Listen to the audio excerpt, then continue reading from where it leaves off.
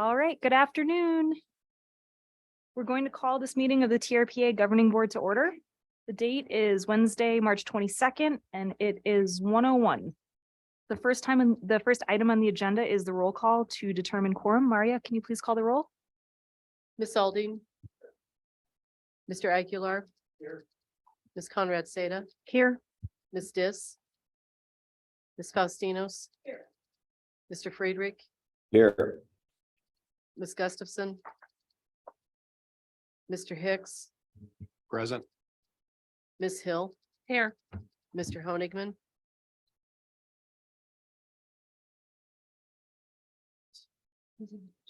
Ms. Lane. Here. Mr. Rice. Here. Mr. Settlemeyer. Here. Ms. Williamson. Here. And Madam Chair, or Vice Chair, we have a quorum. Thank you. I will now go over the remote and in-person meeting rules for the day for the members of the public who are joining us remotely.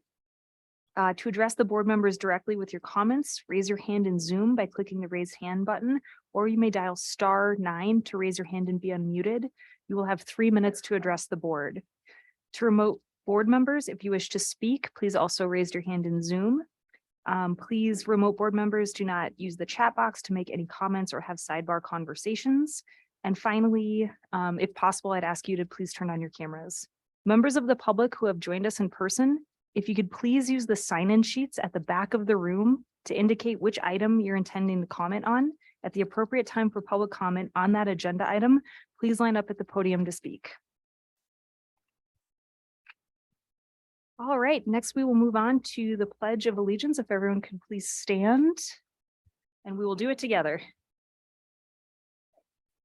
Pledge allegiance to the flag of the United States of America and to the republic for which it stands, one nation, under God, indivisible, with liberty and justice for all. All right, thank you. Let's move on to approval of the agenda. Staff, are there any changes to the agenda? Madam Vice Chair and Presiding Chair, this is Julie Reagan, TRPA Director. No changes on the agenda. I did want to clarify for those listening in on Zoom that we will pick back up the Regional Plan Implementation Committee after the conclusion of the main agenda of the board. So that committee will resume at the conclusion of this full agenda. Thank you. Thank you. And hearing no other changes, absent any objections from the board, we will deem that agenda approved as posted. Okay. So I'd like to remind the board that we are short a member from California, as the appointment to replace Bill Yates has still not been made. So I ask all of our California members, to the extent you can, please stick with us for quorum. Let's now move on to approval of minutes. Agenda item 4 is approval of minutes. We have a set of minutes from January 25th on page 45 of your packets and from January 22nd on page 85 of your packets. Does anyone, any board member wish to make a change? Madam Chair, I had a couple of clerical corrections to the minutes of January 25th, 2023, but none to the meeting minutes of February 22nd. Thank you very much. With those changes, I will entertain a motion to approve the minutes as amended. So moved. All in favor, please say aye. Aye. Any objections? Anytime. Motion passes. That brings us up to TRPA's consent calendar. This is agenda item 5. There are 5 items on consent, 3 of which were reviewed by the Operations and Governance Committee, 1 which was reviewed by the Legal Committee, and 1 which wasn't reviewed by any committee.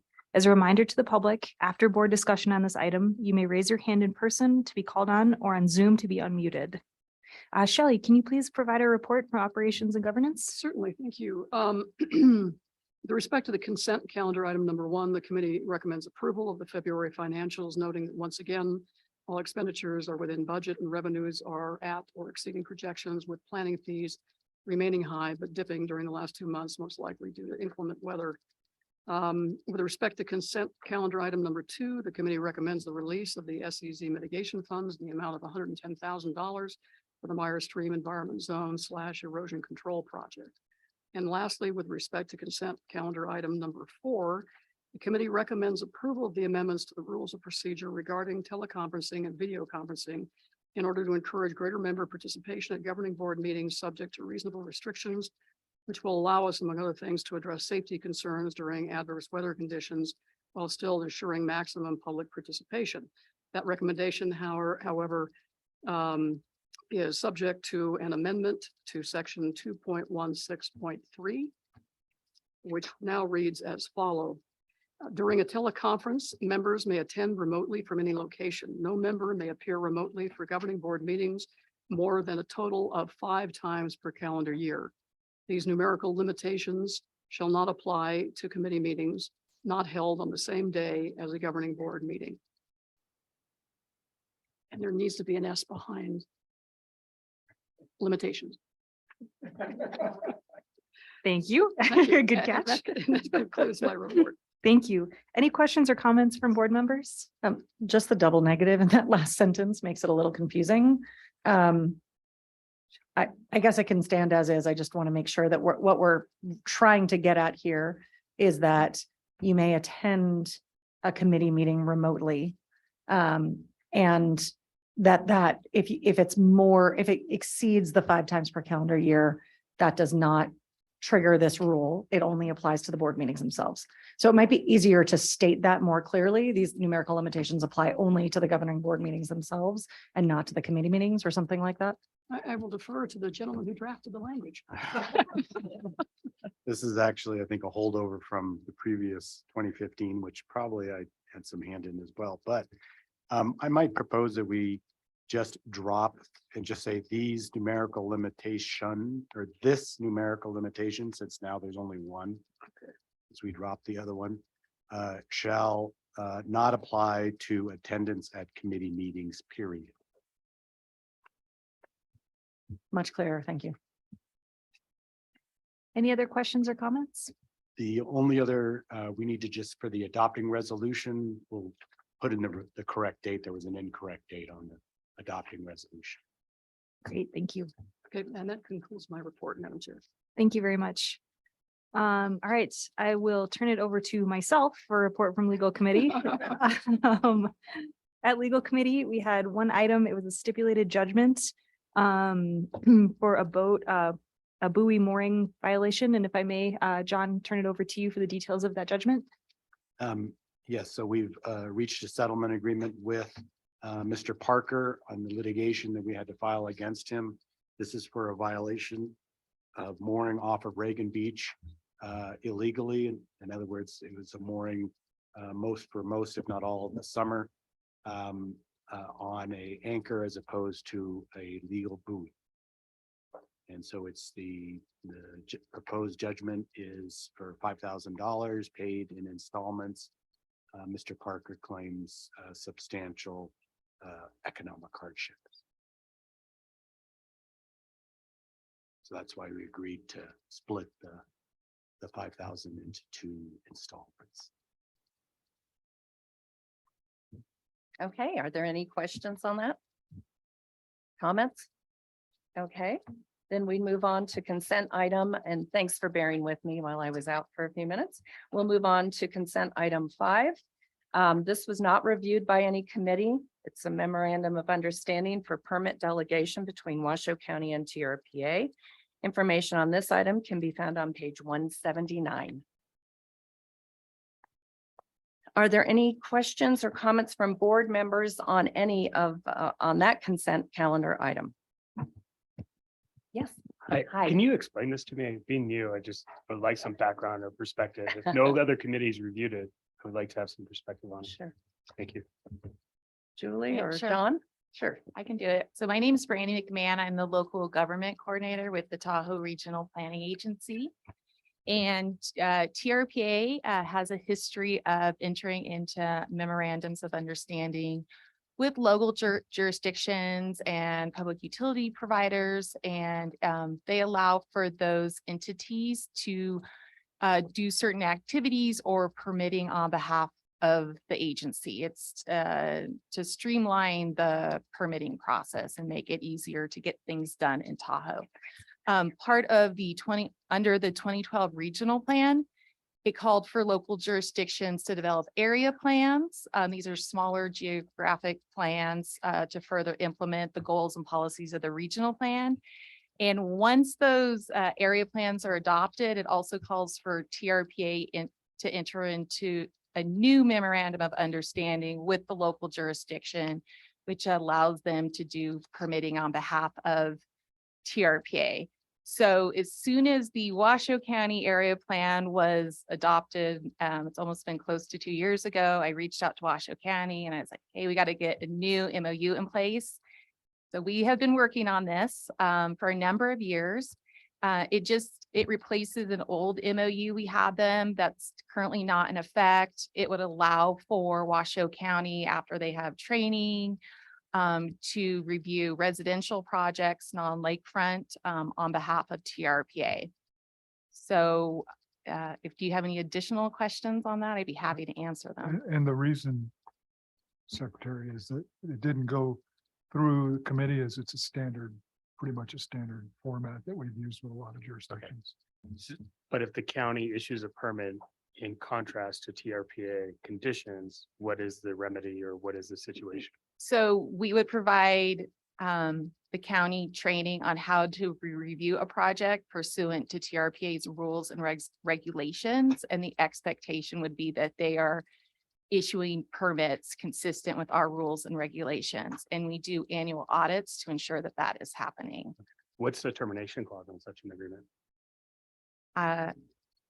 30 days. Well, is it 30 days? For cause or just for any reason? Yeah, typically what we do is we'll do an audit, and if we notice that there's problems, then we'll provide training or we'll give the jurisdiction like an opportunity to correct the problem. If it's a bigger problem, we might need to pull an MOU. We have not done that since I've been the local government coordinator for the last 5 years. Generally, we can resolve the issues. Thank you. Since I know you would love to stay after this for the RPIC meeting, the next item after the Washoe County area plan is the annual report Brandy brings, where she reports on how well they've done on permitting, as well as a couple other things, and they get allocations or limited allocations as a result. So if you want to know about that, she can tell you about it, or if you want to stay, you can. I know nothing, so You can- I am learning. You can live through the Yeah. gory details. I need a picture book first. Yeah, so- you can, yeah. You can also just call me sometime if you have questions or if you'd like a training. Can I just say one other thing on this item is Shelley Aldine brought to my attention that in IEC that the incorrect IEC was attached in the staff report. So we emailed and that's an initial environmental checklist, excuse me.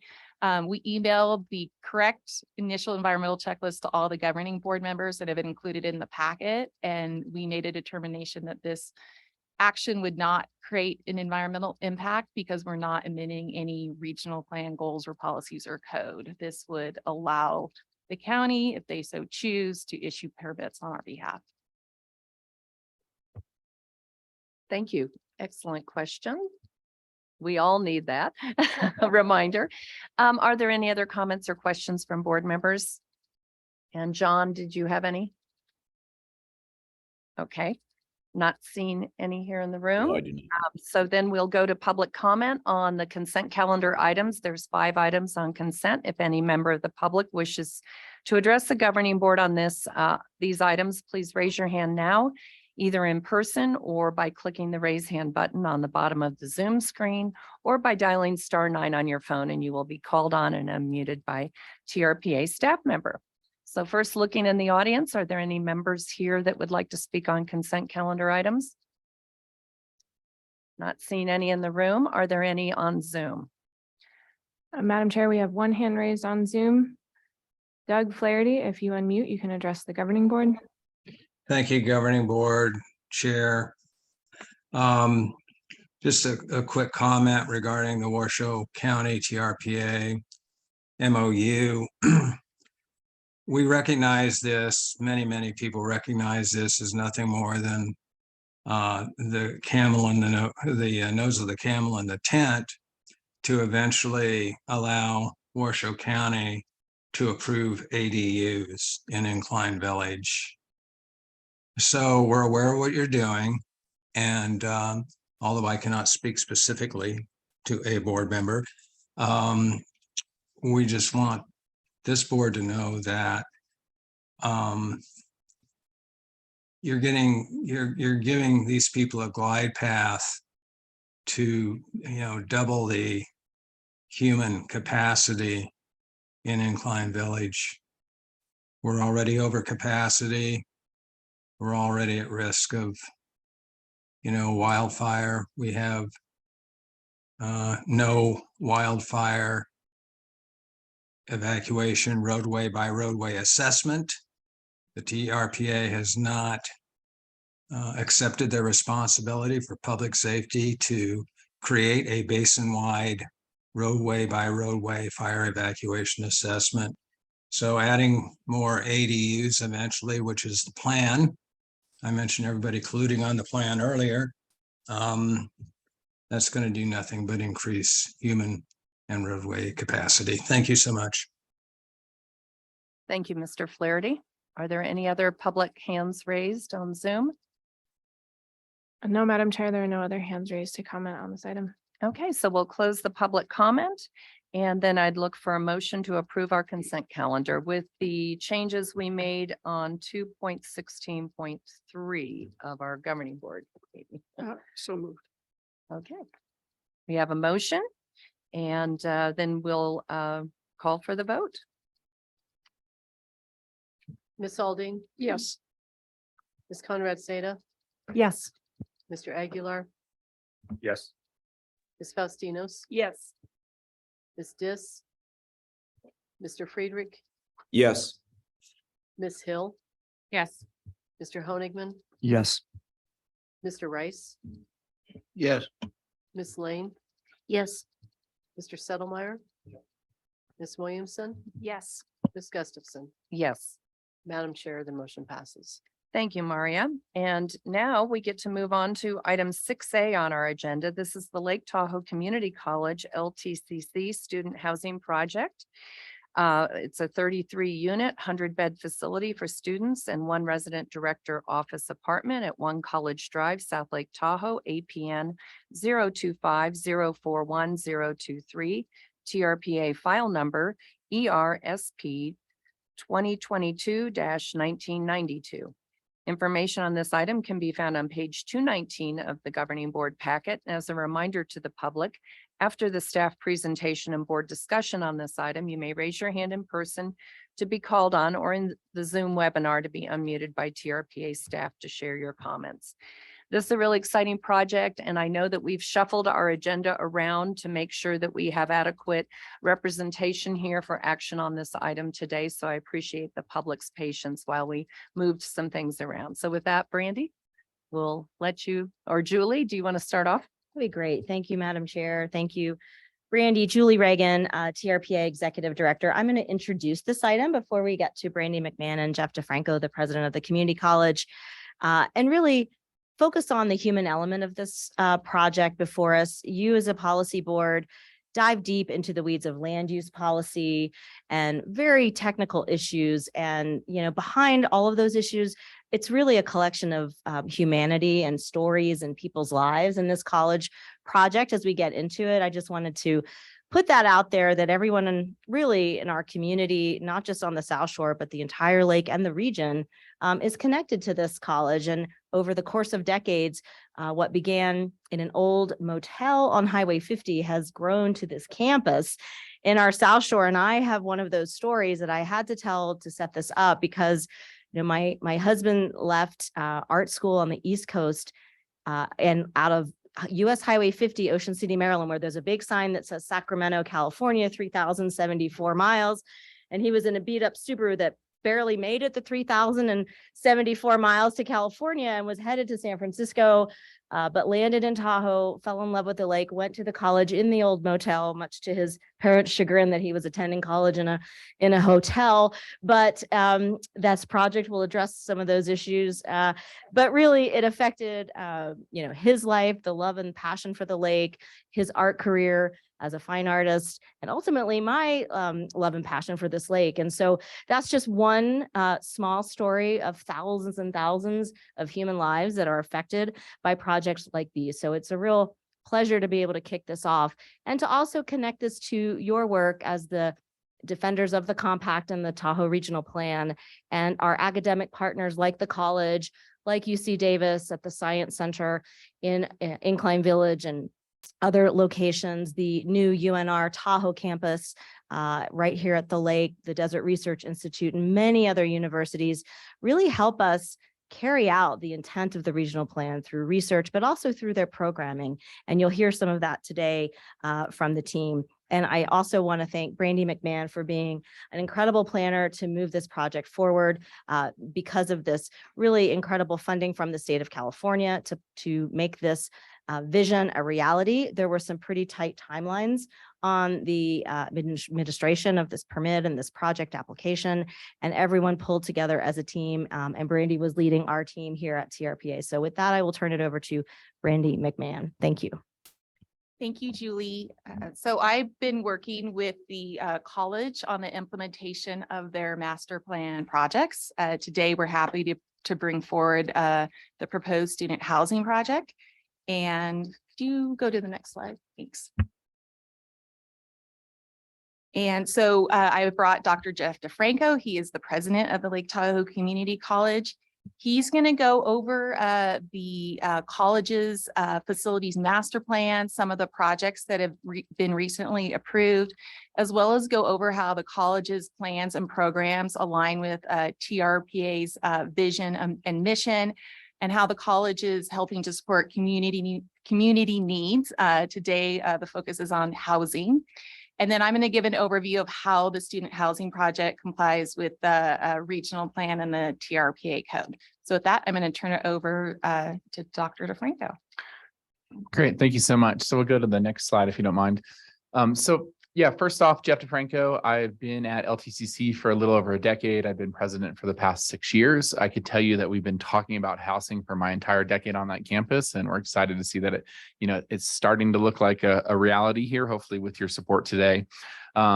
Julie shared a little bit about our humble beginnings. There's some key details about the college up on the slide there, but again, the campus has really grown over the years, and we see this as a very transformative project for our campus and also for the South Shore community, as there is a significant housing shortage. One thing I would share is, in addition to all the things that you'd expect for a standard California Community College in terms of associate's degrees, we also have a focus in forestry programs, fire academy, fire science. So we do have a lot of public safety programs, environmental science programs that really align with just the care and restoration and preservation of the lake. And so a lot of alignment with the TRPA mission there as well. So moving on to the next slide. What I want to do is just give you a quick overview of kind of our campus and our plan. I know I've had the opportunity there's many familiar faces here from past presentations. There's some new faces as well. Just want to kind of hit on what we're at up to this point, and then we'll dig into the housing specifically. We do have this locally approved master plan by our board of trustees. It was originally approved and developed in 2011, most recently approved in 2020, reflecting basically a direction for this housing project, and now will be updated again to reflect the final housing project once it's approved, or hopefully once it's approved. And if we zoom in a little bit here on the next slide, because I know that's kind of a lot to show you, what you'll see is that the campus has been continuing to expand. There's a lot of those light blue buildings are the ones that are in planning right now, like nearing construction or currently in construction.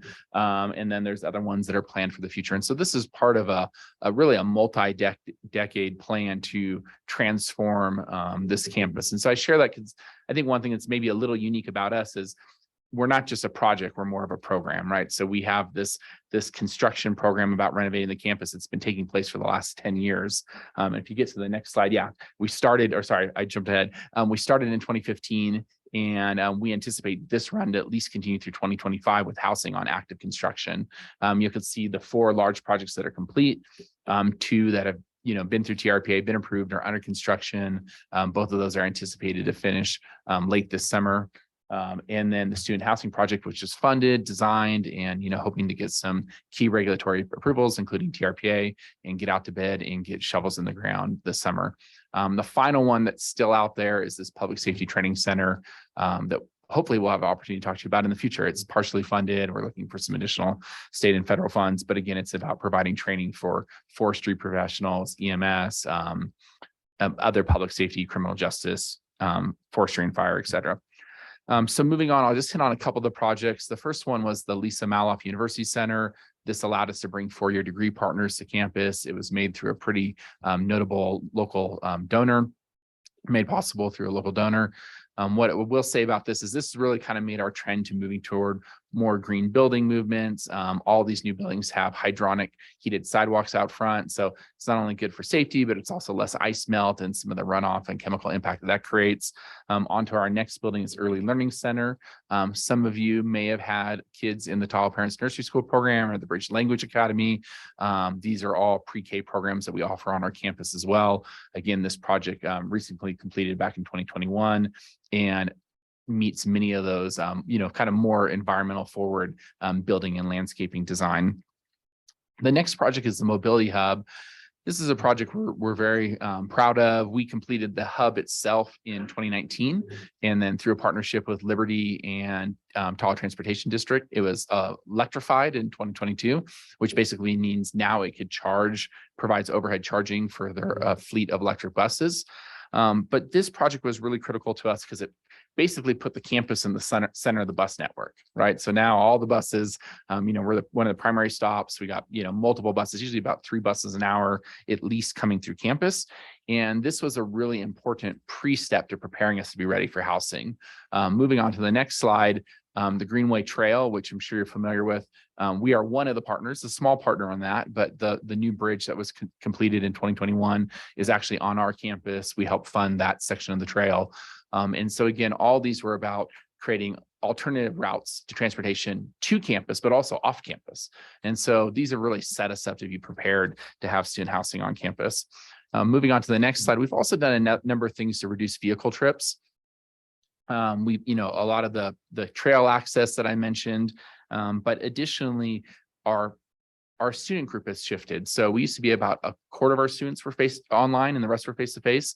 Now we're about 50-50. And so with about 50% of your students online, there's a lot less vehicle trips. I mean, students will still come to campus sometimes to see a counselor, purchase something from the bookstore, but not in the number of trips that you had when we were predominantly face-to-face. We've also implemented a telecommute protocol that's available for our permanent staff, kind of a minimum of 50 employees. I think we're up to about 70 right now, where they get basically 20% or 1 day a week telecommute. And so just, on any given day, you have that many less vehicles coming to campus. So these were all things that we did to help really reduce the number of vehicle trips to come to our campus. Finally, LakeLink, if you're familiar with LakeLink, we are one of the many sponsors of that program, but I think probably one of the more important roles that we play is we actually house those vehicles on our campus. And we are, if you look at the LakeLink data, we're one of the highest, if not the highest, location of trip origin and trip completion. So I share that with you to say that a lot of these efforts we've been doing to make campus more available for students to go in and out from campus, but also preparing to bring 100 students to potentially live on campus through these efforts and reduction of vehicle trips. So on to the housing need. One thing I should have said at the beginning that I do want to emphasize is we are a California community college. We did receive this funding from California, but we definitely have a very bi-state mission. For instance, with our Promise program, which allows students to go tuition free for up to 3 years. That's fully funded by our foundation for any student around the basin, including Nevada side. So basically inclined to state line, if you qualify, you can get up to 3 years tuition free. We like to say earn your degree tuition free.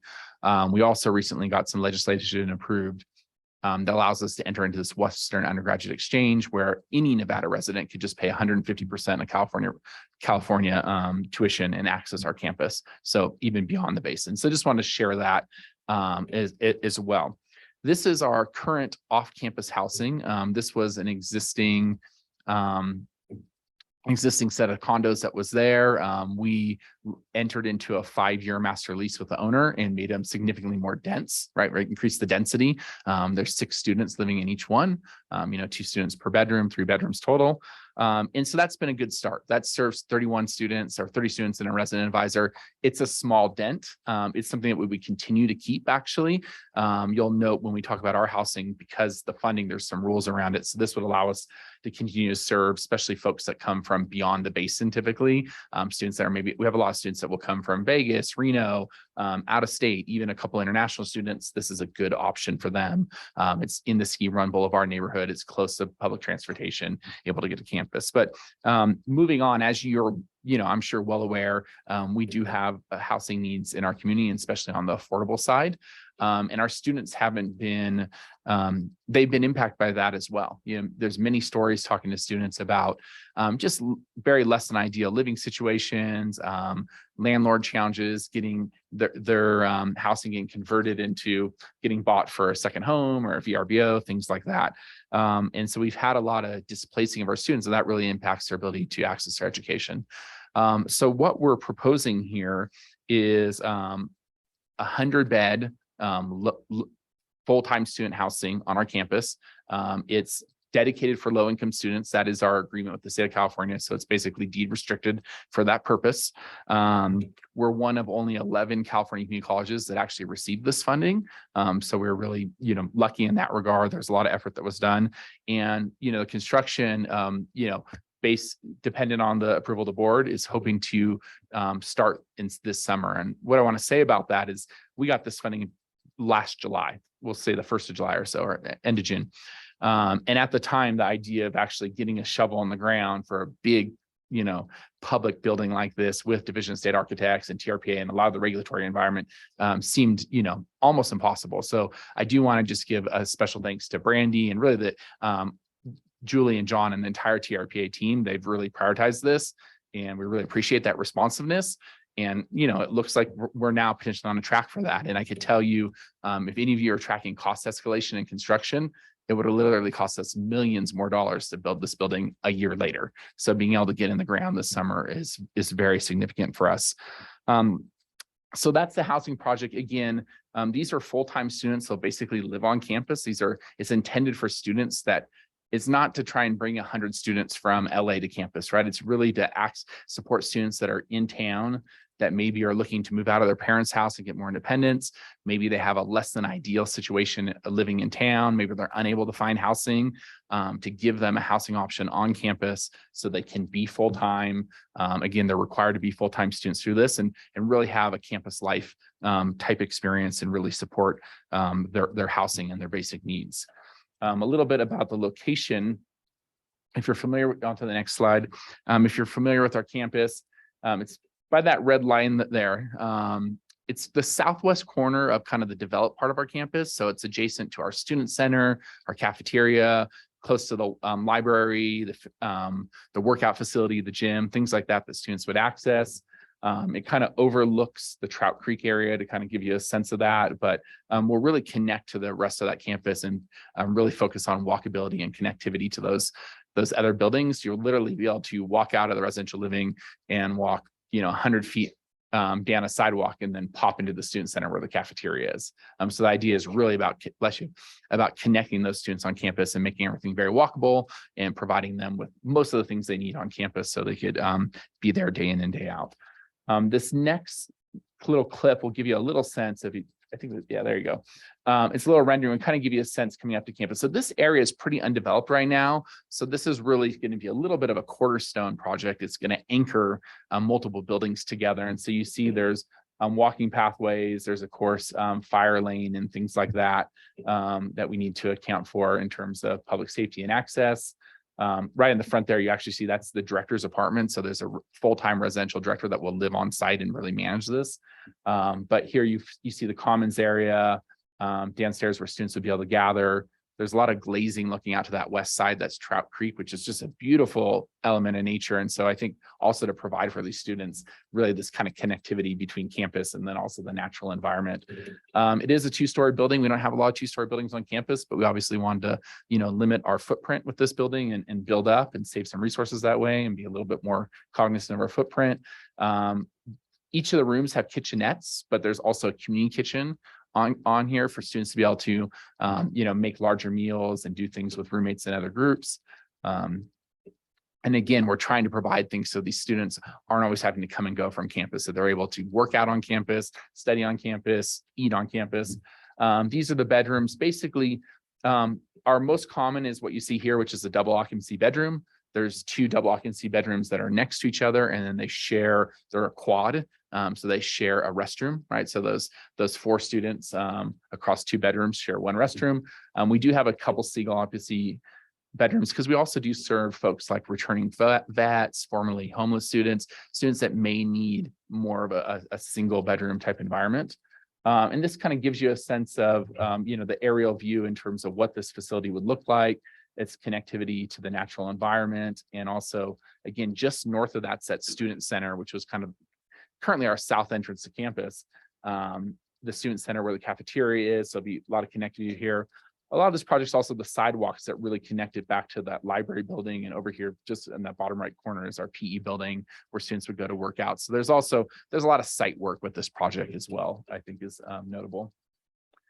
And I think that's the big picture on the housing project. Again, I would just say this is really focused about kind of improving the housing situation for many of our low income students who oftentimes housing and getting turned over in housing ends up being a barrier for them to be able to complete their degrees.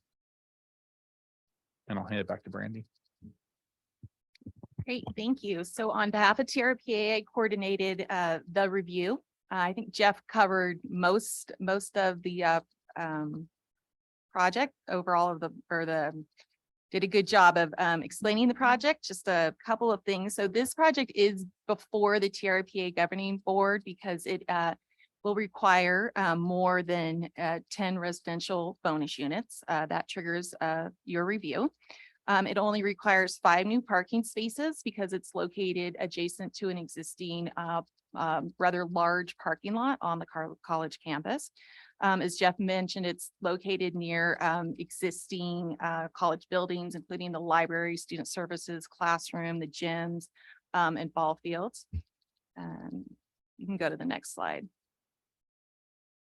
It's a proposed 2-story building. It's consistent with TRPA height regulations. The college is proposing to use earth tone materials that are compatible with the existing college buildings and are compatible with the wooded background. Next.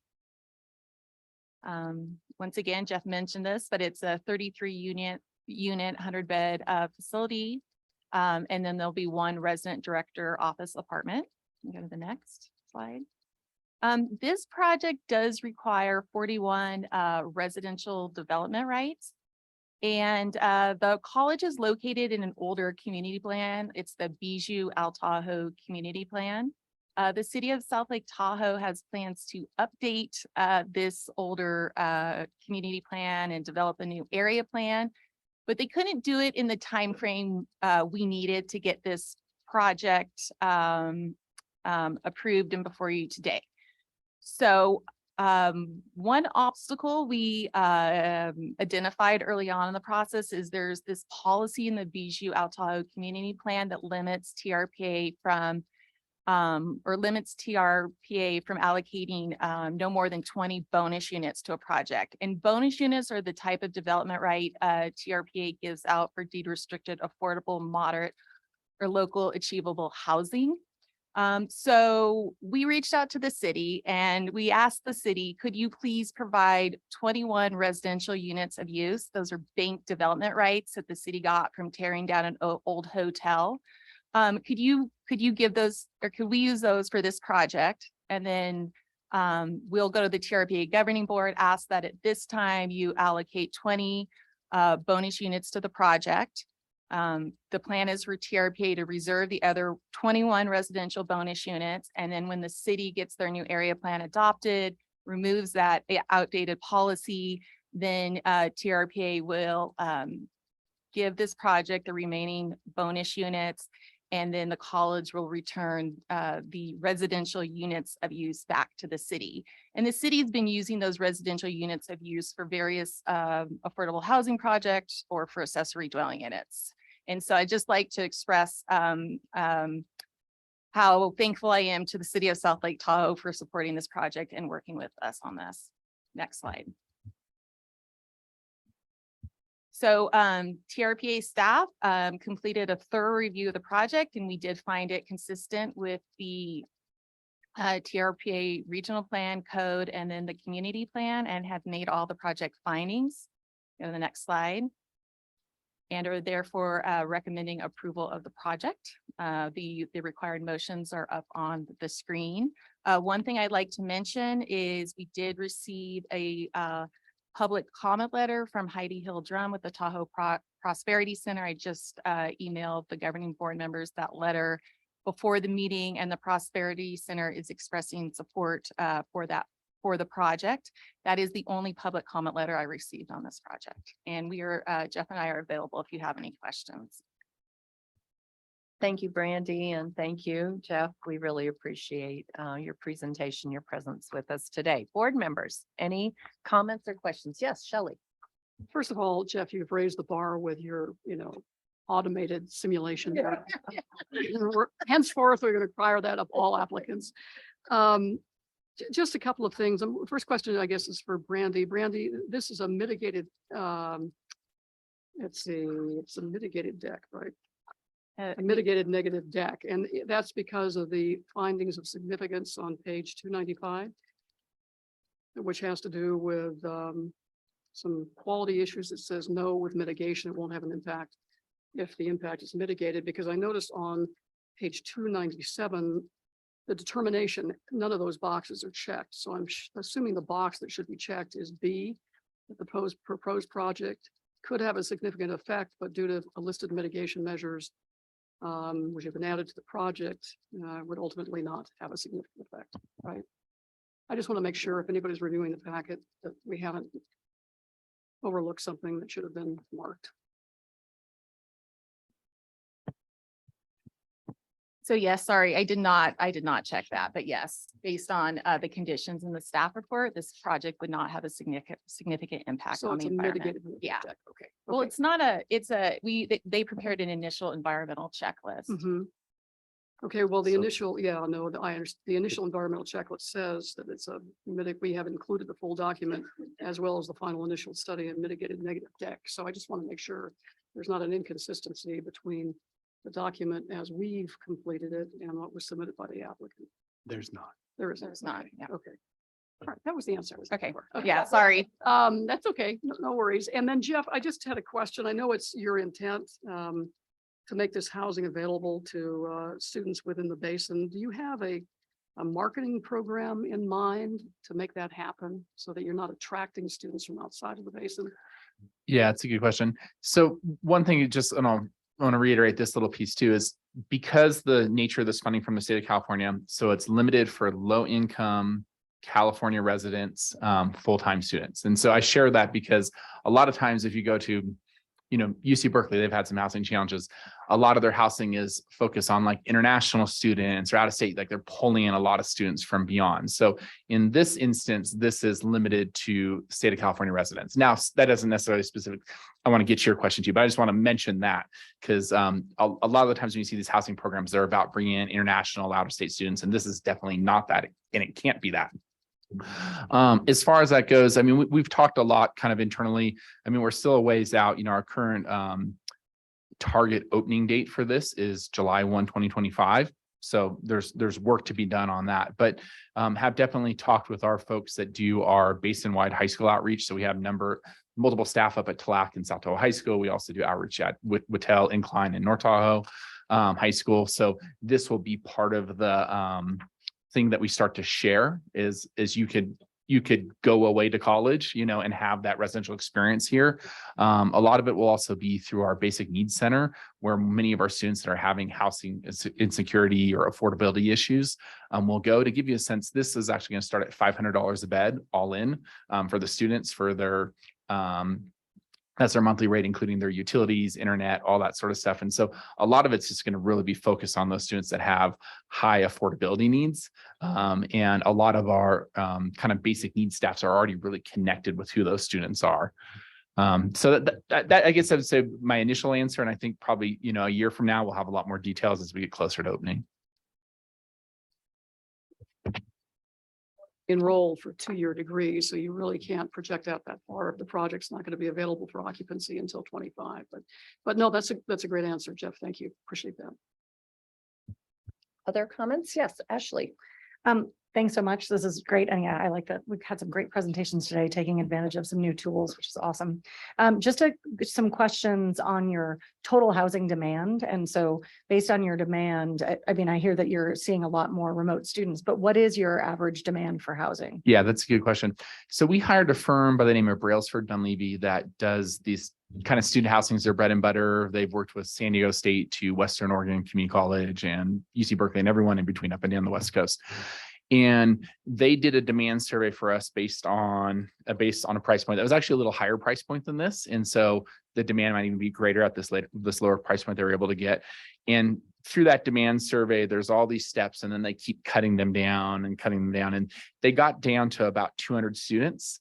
This is what they estimated for our annual demand. But with that said, the initial demand study says, oh, you have demand for 440 beds, but then we take out all these folks that we don't think will actually act, or all these folks that may not be able to afford, or all these folks that may not, stick with, so, and it kind of gets down to that number. And so we believe there's significant pent up demand for this, and our intent to maintain that 31 bed unit off campus, especially because that can serve out of state students or international students.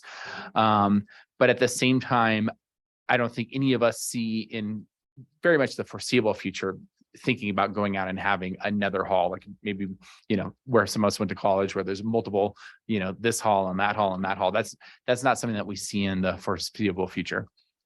And then just another question. And then what's your average annual enrollment?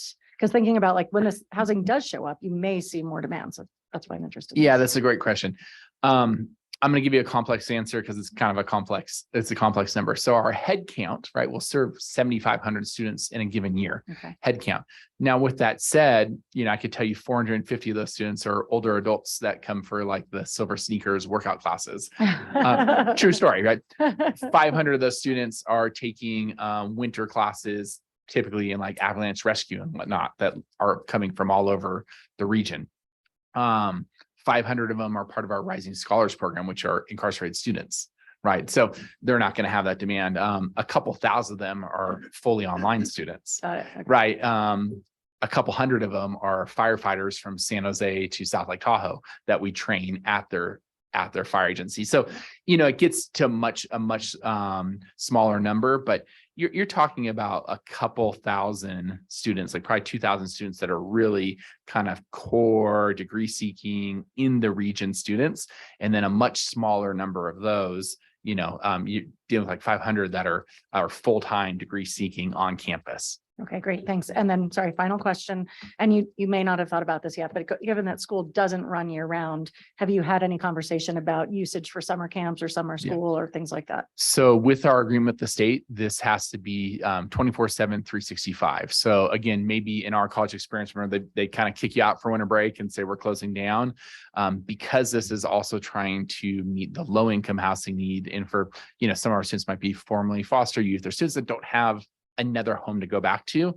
The intent is that it's available for them year round. So it's going to have to be open through our winter break when we typically close right now, through our summer months. So it'll be fully occupied is the intent. I mean, obviously probably in July, you'll see some turnover and probably lower vacancy in the July month, but Thanks so much. Yeah. Appreciate it. Thanks, Ashley. Before I go to any more in the room, John has had his hand up patiently, and I want to go to John as he's zooming in. Oh, yeah. Well, thanks, Jeff. This is an exciting project. And I guess a couple of questions. One is related to Ashley's question is with the 500 full-time equivalent year-round students, presumably this would be serving that group. And based on the housing shortage, is your assessment that this could support an additional 100 new students or 20% more that otherwise might have come to LTCC in the past, meeting that crucial FTE need to sustain college operations, that, you know, and this will help facilitate that. Is this really helping to create a pathway for students who otherwise have not been able to afford to be in that 500 FTE full-time category? Yeah, it's a good question. I think this is it's a little bit less of a growth, but more of a maintain. So we have a lot of students that haven't persisted. And we recently did this with a firm out of UC Davis that did some qualitative interviews of these students to see, like, why did you leave? And a lot of the times is your housing turns over, or after the Caldor fire, we had significant enrollment drop from a week before when we evacuated to when we came back. Students just got displaced, lost their jobs, things didn't work out. They didn't, they kind of just vanished. So, John, I think to your question is, a lot of it is there's students that are getting displaced, having turnover, having issues, and they're leaving the college because of that. The other biggest issue we hear from students is, I needed to work more hours, right? In order to afford to live.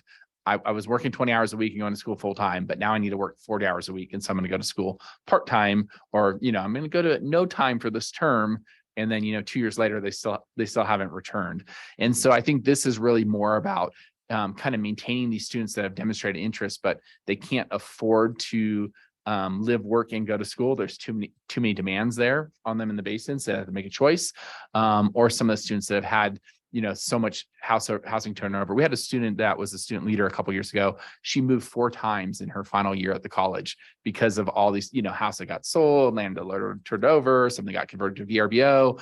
And that might have been a more extreme example, but there's many anecdotes of that from our students, of them getting kind of pushed out of local housing.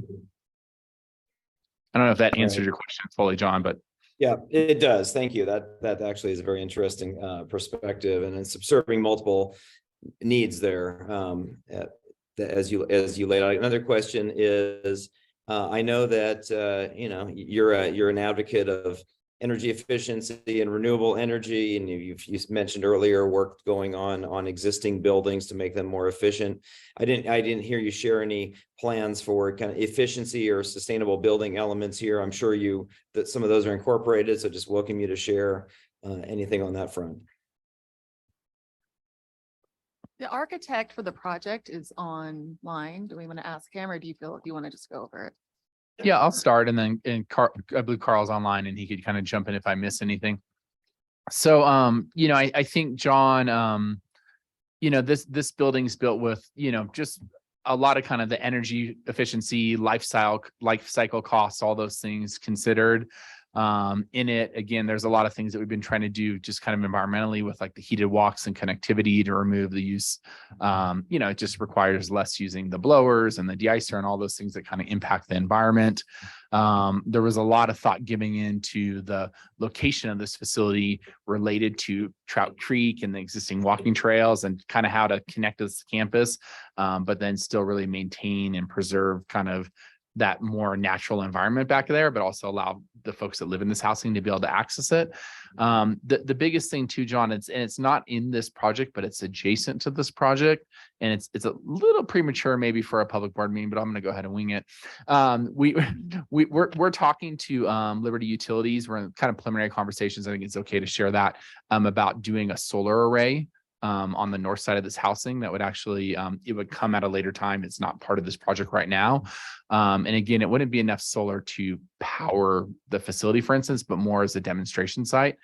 So that's a conversation that we're well down our way. It doesn't reflect in this plan set because it's not quite there, but there is a spot just north of the housing where we have some covered spaces for trash enclosures and transformers and stuff like that we've been talking about for a potential solar array down the line. Right. Great to hear that. Thank you, Jeff. Thanks, John. I think Haley and then James. Thank you. Thank you so much for the presentation. 2 things I know LTCC does well, and kudos to you for it, is you attract older students and sort of a range of students. You guys have a great daycare that's very highly sought after in Tahoe. So that leads me to my question of family housing. Is that something that's factored into this project or that you see a need of for students, single parents? Where does that fit into this Yeah, equation? no, it's a good question. So, on our campus master site plan, there is a mixed use residential kind of more on the master site plan. I mean, it's totally, hypothetical right now, right? It's just purely designed kind of north of campus by the Forest Service building. So I just share that. So there's a space holder that we did when we went through our whole CEQA process and whatnot. But there's no momentum or funding toward that right now. This project does not address that because of this design is pretty much, it's the vast majority, I believe 90 of the students are in double occupancy setup and then only 10 are in single occupancy. Typically, having worked at like University of Oregon in the past, typically you'll have a different location for family student housing. It'll be a different location, different setup. It's more of a townhouse or condo like there's a playground there, there's open space. So I would say, I know there's definitely conversations with folks on campus that would like to see that as a next logical evolution. But I think just to kind of give an honest assessment, it's probably a ways out right now as we are, back in July 2019, we had zero housing.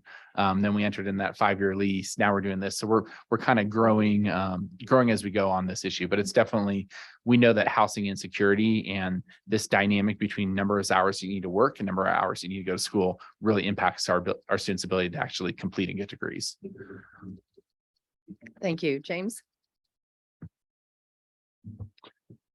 Thank you, Madam Chair. I appreciate the opportunity to ask a couple questions. I was kind of curious, within the discussion, or have you talked to other institutions about limiting factors such as, is there a limitation on how long someone can stay at this particular place? Meaning, I had a friend of mine, he had a 2-year degree, but he was in the school for 8 years. That being said, questions such as that, issues of, are you going to make this available to people that are 100% virtual degree? Because if so, I kind of question that. And then, of course, the other question is I appreciate the preference for people out of the basin, but there may be some individuals currently that are actually driving daily to your, institution that you could prevent from having to drive there daily out of the basin. So why is it a limitation? It's available obviously for Nevada and California, but in that respect, if you meet the need within the basin, you still have room, will you then allow people out of the basin, or will these be then occupants, not occupied rather? Yeah, no, there's a couple good questions. Let me try and get after all of them. There definitely is going to have to be an end. So like with our Promise program right now, we say we'll give you up to 3 years, but we very much kick you out of the nest at the end of 3 years. It's like, it's a 2-year degree, right? These are 2-year degrees. It doesn't always happen, right? Because classes don't work out, students misstep, they start thinking they want to be an engineer and suddenly they want to be a child development major, and things like that. But so we do that with our Promise program right now, where we're like, hey, we're going to give you the full support, but you have 3 years, and that's the finish line. And then you need to move on. I know there's some direction with housing. I don't remember the exact specifics. Was it 3 years, or is that locally determined?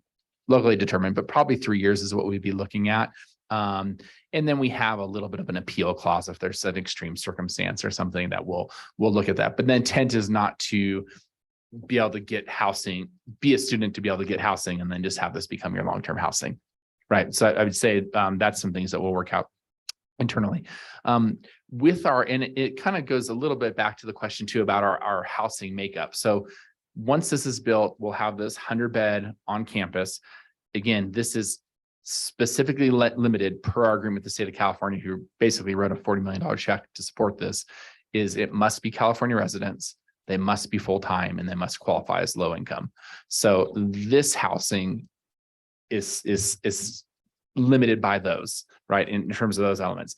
Now we are going to maintain our other off-campus housing because we know we serve a lot of students that are not California residents, obviously, as I pointed out earlier. And we do have many students that, as you noted, do commute from Minden, Gardnerville, Carson City, so on and so forth to our campus that we want to provide local options to kind of reduce those. And so at this time, we kind of have these 2 suites of housing that have, one of them fully locally controlled, which is our off-campus housing. The on-campus housing, we have local control within the constraints of the agreement we've made with the state.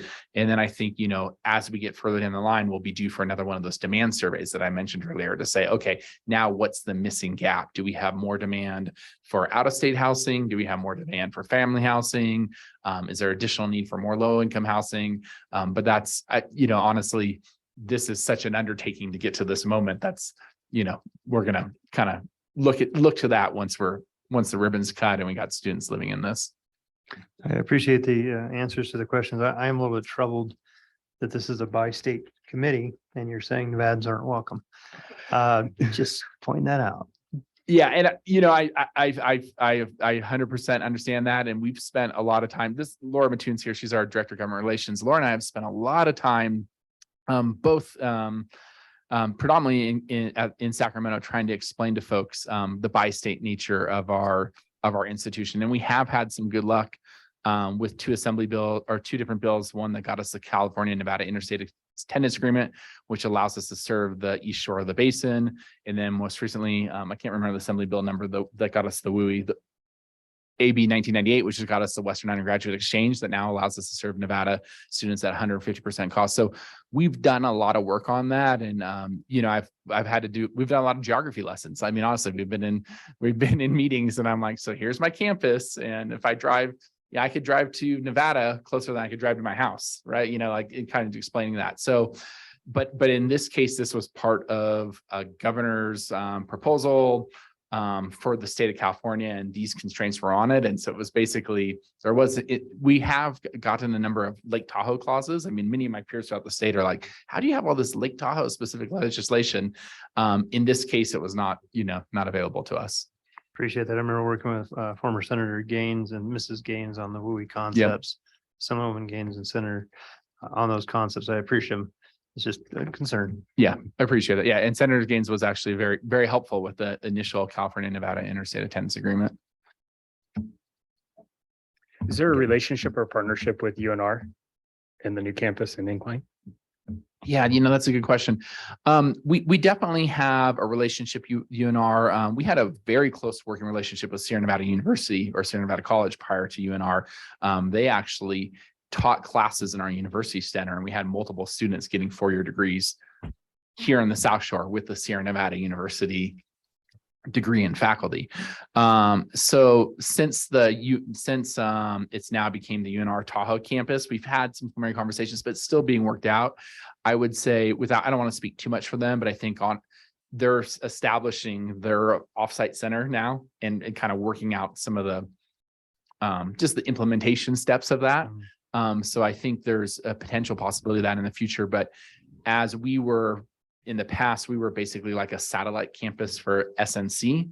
Now UNR Tahoe is a satellite campus for University of Nevada, Reno. So we don't have as good of a fit there anymore in that regard, if that makes sense. But we definitely have transfer agreements, number of pathways. We've met with their forestry program leadership very closely to align our program to theirs so our students could transfer on. So there's a lot of academic connections, but with the UNR Tahoe SNU switchover, it's kind of change the dynamic a little bit. I'm just wondering, I'm asking because of your question, Director, about the reciprocity between UNR Tahoe and your school. Are we serving Californians just the same as you're serving Nevadans and vice versa? Yeah. Maybe there's a bi-state compact that can be done there. Yeah. The WUI, yeah. I mean, I think that the Western Undergraduate Exchange is a big, thank you, Laura, is a big element of that. I mean, I would just say, definitely one thing that we point out is in a given year, we could have more students go to UNR than any other CSU or UC. So our top three transfer schools are UC Davis, Sacramento State, and UNR. And it varies, but some years UNR is at the top of that. And so again, that's another one of those things that we have to sometimes do some educating on. And this is all those, there's also part of the reasons why we brought that university center to campus, because as you know, if you live in the South Shore, I wish I did. Yeah, well, from the commuting down to Sacramento for classes, or even commuting over to Reno for classes isn't always a great option. So we are there is also that emphasis on trying to get these four-year degree offerings on our campus as well. And what is the percentage of Nevadans enrolled at Lake Tahoe Community College? I should have brought the fact book with me. You got that number? How about her? Yeah, but that's just a CNIA though, right? Yeah. So I mean, Nevadans, it's single digits, right? I'd say it's high single digits. That's across all the programs. And then what Laura was mentioning too, the California and Nevada Interstate Attendance Agreement, which is the state line to incline students, was 22 this past year. So it's 22 students. So not a huge number. I've been urged to keep us on track on the agendized item because we're fascinated. We want to learn more about the college, but we do have an item to vote on today that's relevant. Anyway, Ms. Lane? Very quickly, Madam Chair, I just want to express my appreciation to the college. We've spent so many years talking about housing at the college with partners. We've looked at it every which way, every direction. And we just weren't able to come up with anything viable until the college really stepped up. And what is it with you and my phones? I have to tell you, I attended his State of the College address and it was fabulous. And my phone went off. It started playing music in the middle of his thing. And now, what was that? I just want to say congratulations. Thank you for your leadership. Thank you for taking this step. It's going to be very helpful within the city of South Lake Tahoe. And thank you to the city also for being great partners. Mr. Rice? Just out of idle curiosity, I know what it was when I was a student. What's a full-time student? Got it. In terms of how many classes are they taking? So 12 units. So 12 units, we're quarter schools. We have a fall, winter, spring quarters. So 12 units in a primary academic term. They wouldn't have to necessarily be full-time in summer to maintain in the housing. And 12 units, typically in a quarter school, it's like 3-4 unit classes. Now, 15 units is what we tell students. If you want to actually graduate in 2 years, you need to be taking 15 units a term, but 12 units qualifies for full-time for the sense of federal aid and for the sense of the purpose of this housing. Thank you. Are there any other comments or questions from board members? Okay, then we'll go to the public. If there's any member of the public who wishes to address the governing board, please raise your hand now in person or by clicking the hand raise in your Zoom link. Do I have any members of the public in the room that would like to address this item? I'm not seeing any hands. Catherine, do we have any online? Yes, Madam Chair, we have 3 hands raised. Okay. The first hand up is Hillary Roverud. Hillary, if you unmute, you can address the board. Good afternoon, members of the governing board. My name is Hillary Roperud. I'm the Director of Development Services for the City of South Lake Tahoe. And I just have a couple of brief comments on behalf of the city in support of the project. Ms. McMahon mentioned in her staff report the city's role in supporting this project in the form of providing residential units of use. And I'm happy to report that our city council approved the agreement to facilitate that transfer at their meeting on March 14th. That action is consistent with city adopted housing element policies and programs to support the community college in developing student and faculty housing. We're really excited about the community college pursuing the opportunity to develop this student housing project and their ongoing general commitment to addressing the housing needs of students. We support the recommendation by the staff to approve this project and really appreciate the community college, TRPA, and all of our partners that are committed to solutions that provide more housing opportunities for members of our community, and really look forward to seeing this project come to fruition. It looks great. Thank you. Thank you. The next hand raised is Rhonda Tyser. Rhonda, if you unmute, you can address the board. I would like to speak for the next item, not this. Thank you, Rhonda. The next hand up is Mike Glover. Mike, if you unmute, you can address the board. Good afternoon, Madam Chair and members of the governing board. My name is Mike Glover. I'm the Chief Executive Officer at Tahoe Chamber. I just want to mention that on behalf of our members and the board of directors, I am pleased to share our support for the Lake Tahoe Community College Student Housing Project before you today for your consideration and approval. LTCC is a unique and valued asset serving our region. The Tahoe Chamber has a long history of supporting the college, including support for the development and approval of their facilities master plan and support for the individual projects that are coming forward consistent with that master plan, and that includes the student housing project that is before you today. We were pleased to provide letters of support to the California legislature and administration when the state grant for this project was being considered and ultimately approved. Our chamber team has reviewed the project staff report included in your packet, and I appreciate the time that you take to dig through those packets because they're quite long. We understand the important role of each of the subsections of the report. Based on that staff report and associated findings, Tahoe Chamber respectfully urges the board to adopt the two motions identified on page 219 of the staff report. We'd like to thank you for your approval today of the Lake Tahoe Community College Student Housing Project. Thank you. Thank you. Are there any other hands raised? Yes, Madam Chair, a few more went up. Gavin from Keep Tahoe Blue, if you unmute, you can address the board. All right, thank you. Good afternoon. Gavin Feiger on behalf of the League of Save Lake Tahoe. I'll keep it brief. We very much support this project based on the land use, the environmental findings, the community need. It meets the goals and policies and helps further those from myriad regional and local plans. So we're just really supportive and excited to see this go forward. Thank you, Gavin. The last hand up is Andy Chapman. Andy, if you unmute, you can address the board. Thank you. My hand was up for the next item. Thank you, Andy.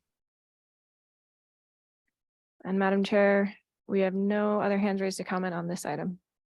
Okay, then we'll go back to the board, and if you'll put the motions up on the screen. First off, are there any further comments from board members? Other than several of us probably qualify for the Silver Sneakers program, so I'll talk to you later about that. And John, I wanted to see if you would like to make these. Yeah, motions. I would. I certainly would. And as a current Silver Sneaker gym participant.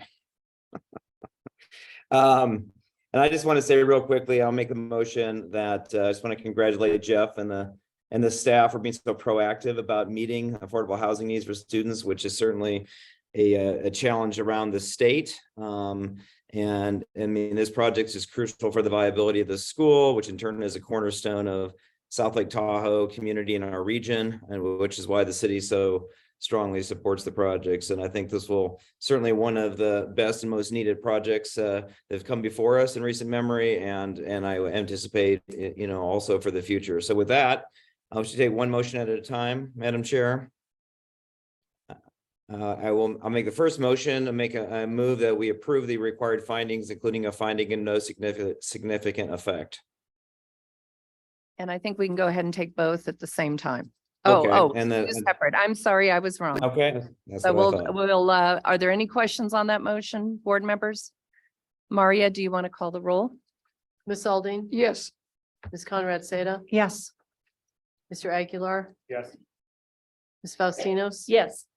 Ms. Dis? Mr. Friedrich? Yes. Ms. Hill? Yes. Mr. Honigman? Yes. Mr. Rice? Yes. Ms. Lane? Yes. Mr. Settlemeyer? Ms. Williamson? Yes. Ms. Gustafson? Yes. Madam Chair, the motion passes. Thank you. And Mr. Friedrich, All would right, you like? with that, I'll make the second motion and move to approve the proposed student housing project, including the allocation of 19 affordable residential bonus units and 1 achievable residential bonus unit and reservation of 21 additional bonus units for the future use of the project, subject to the conditions in the draft permit. Thank you. If there's no questions from the board, yes. Thank you, Madam Chair. I appreciate this as a Nevadan. I appreciate and support this bi-state concept. I hope in the future, though, that things will be looked at in a bi-state way. Otherwise, I will no longer vote in a bi-state way. Thank you. With that, Maria, will you call the roll? Ms. Conrad Seda? Yes. Ms. Aldine? Yes. Ms. Faustinos? Yes. Mr. Aguilar? Yes. Mr. Friedrich, Yes. Ms. Dis, Mr. Honigman, Yes. Ms. Hill, Yes. Ms. Lane, Yes. Mr. Rice, Yes. Mr. Settlemeyer, Ms. Williamson, Yes. Ms. Gustafson. Yes. Madam Chair, motion passes. Great. Congratulations. Thank you. And keep working on the legislation. We are a unique region. and We need will to keep be sharing recognized. geography lessons down in Sacramento. And Absolutely. and we're going to be trying to get some of the key stakeholders up here as well for groundbreakings and We whatnot. certainly So, share that. thank you. Challenge. Thank you very much. Now, staff, I'm going to ask, are we going back now? Are we going to? We're just going to finish the remainder of the board meeting. And then go back. Yes, Okay. exactly. All right. Given that, we'll move on then to item 6B, permitting improvements action plan implementation recommendations. Information on this item can be found on page 307 of your board packet. And as a reminder to the public, after the staff presentation and board discussion, you may raise your hand in person or be called on in the Zoom webinar to be unmuted by TRPA staff to share your comments. So we're going to pass it over to Julie to introduce the item. Thank you, Madam Chair. Julie Reagan, TRPA Executive Director. I have with me Arlo Stockham, who's going to take over in just a moment. Just to transition into this item, we also have Ali Borowski, who's going to be up at the dais here. We're talking about some permitting improvement processes, and I wanted to elevate that discussion away from some of the technical issues that you'll be hearing from, which are very important, but to think about your role in the policymakers of the basin and looking at how we drive compliance of the regional plan. And permitting is really a key strategy for us to bring properties into compliance. And what I've seen in my couple of decades of work at TRPA is the more challenging and difficult the permitting process, the less interested folks are to participate in that process. And having done a lot of research in our communities, and we've done focus groups and workshops. And if we, as TRPA, make the rules so difficult that people can't understand, even from the beginning, of how to comply, we're never going to get to the vision that we have of the regional plan and to bring older properties into compliance. And that's one aspect of this. It's also just a matter of good public service. As public stewards, public taxpayer dollars, we have a responsibility to work with our communities to move older properties into compliance and to ensure that new properties are developed responsibly in an environmentally compatible way that meets our environmental standards here in the basin. So we're very lucky to have Arlo and really a whole team, interdisciplinary team at TRPA staff level who've been working on this very, very diligently. And Arlo, of course, used to be with TRPA and really helped us lead the regional plan update over a decade ago. And so he's intimately familiar with our processes, has been working as a consultant, and then also will be working over the next year or so to move these forward. You've heard about this, some of you last summer, and Arlo has another iteration with our great staff. So I will turn this over to our team. Thank you, Julie. I'm Arlo Stockham with Stockham Consulting, and it's really my pleasure being here today to present this refined package of permitting program improvements. If we could click the slide, please. Just taking it back to what we're trying to focus on, it's really what Julie mentioned, improving the permitting process, which in turn will help facilitate environmental redevelopment and threshold attainment. So we've really tried to stay focused on, can we make the process more effective, more efficient, more consistent? What are those changes that would do the most good without creating any harm? We could move on. Hard to see here, at least on the screen I'm looking at, but we developed these recommendations through an incremental process. It really started with a staff team for permitting improvements, which have just been instrumental throughout this process. John Hester, John Marshall, Ali, a whole bunch of planners. Some of them are in the crowd. We've had a good group kind of hashing through. We started with development of the ideas. You know, where should we start looking for areas for improvement? Then we did what we called an issue assessment, a lot of stakeholder outreach. What do you think? Where are the opportunities to improve? We documented that in writing, sent it out, got feedback. Ultimately, that evolved into the Permitting Improvement Action Plan, which we presented to this board back in August, and that was endorsed to move forward. That started identifying the strategies and the more specific topics and more detail in the change recommendations. Since that August meeting, we've really spent a lot of time deep in the technical details of what's going to work, what's not going to work, you know, pitfalls. And what you have before you now is about 45 pages of very detailed specific recommendations that we think changes can be made that are not going to have negative environmental impacts, but are going to have significant procedural benefits. So our goal here today is to get any comments, course corrections, concerns from the board. We're asking for your endorsement, and then we will be coming back in August of this year with the final ordinances, fee schedules, all that stuff for approval. We're anticipating an implementation date of October 1 for this first suite of improvements, so we can do some training before it goes into effect, and then people can start utilizing these options.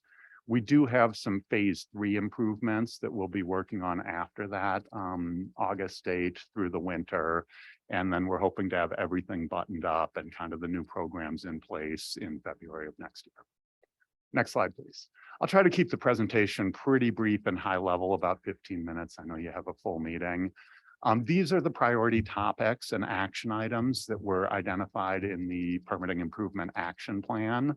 And our recommendations fit into these 6 topics. Really overarching is efficient, consistent, and predictable processes.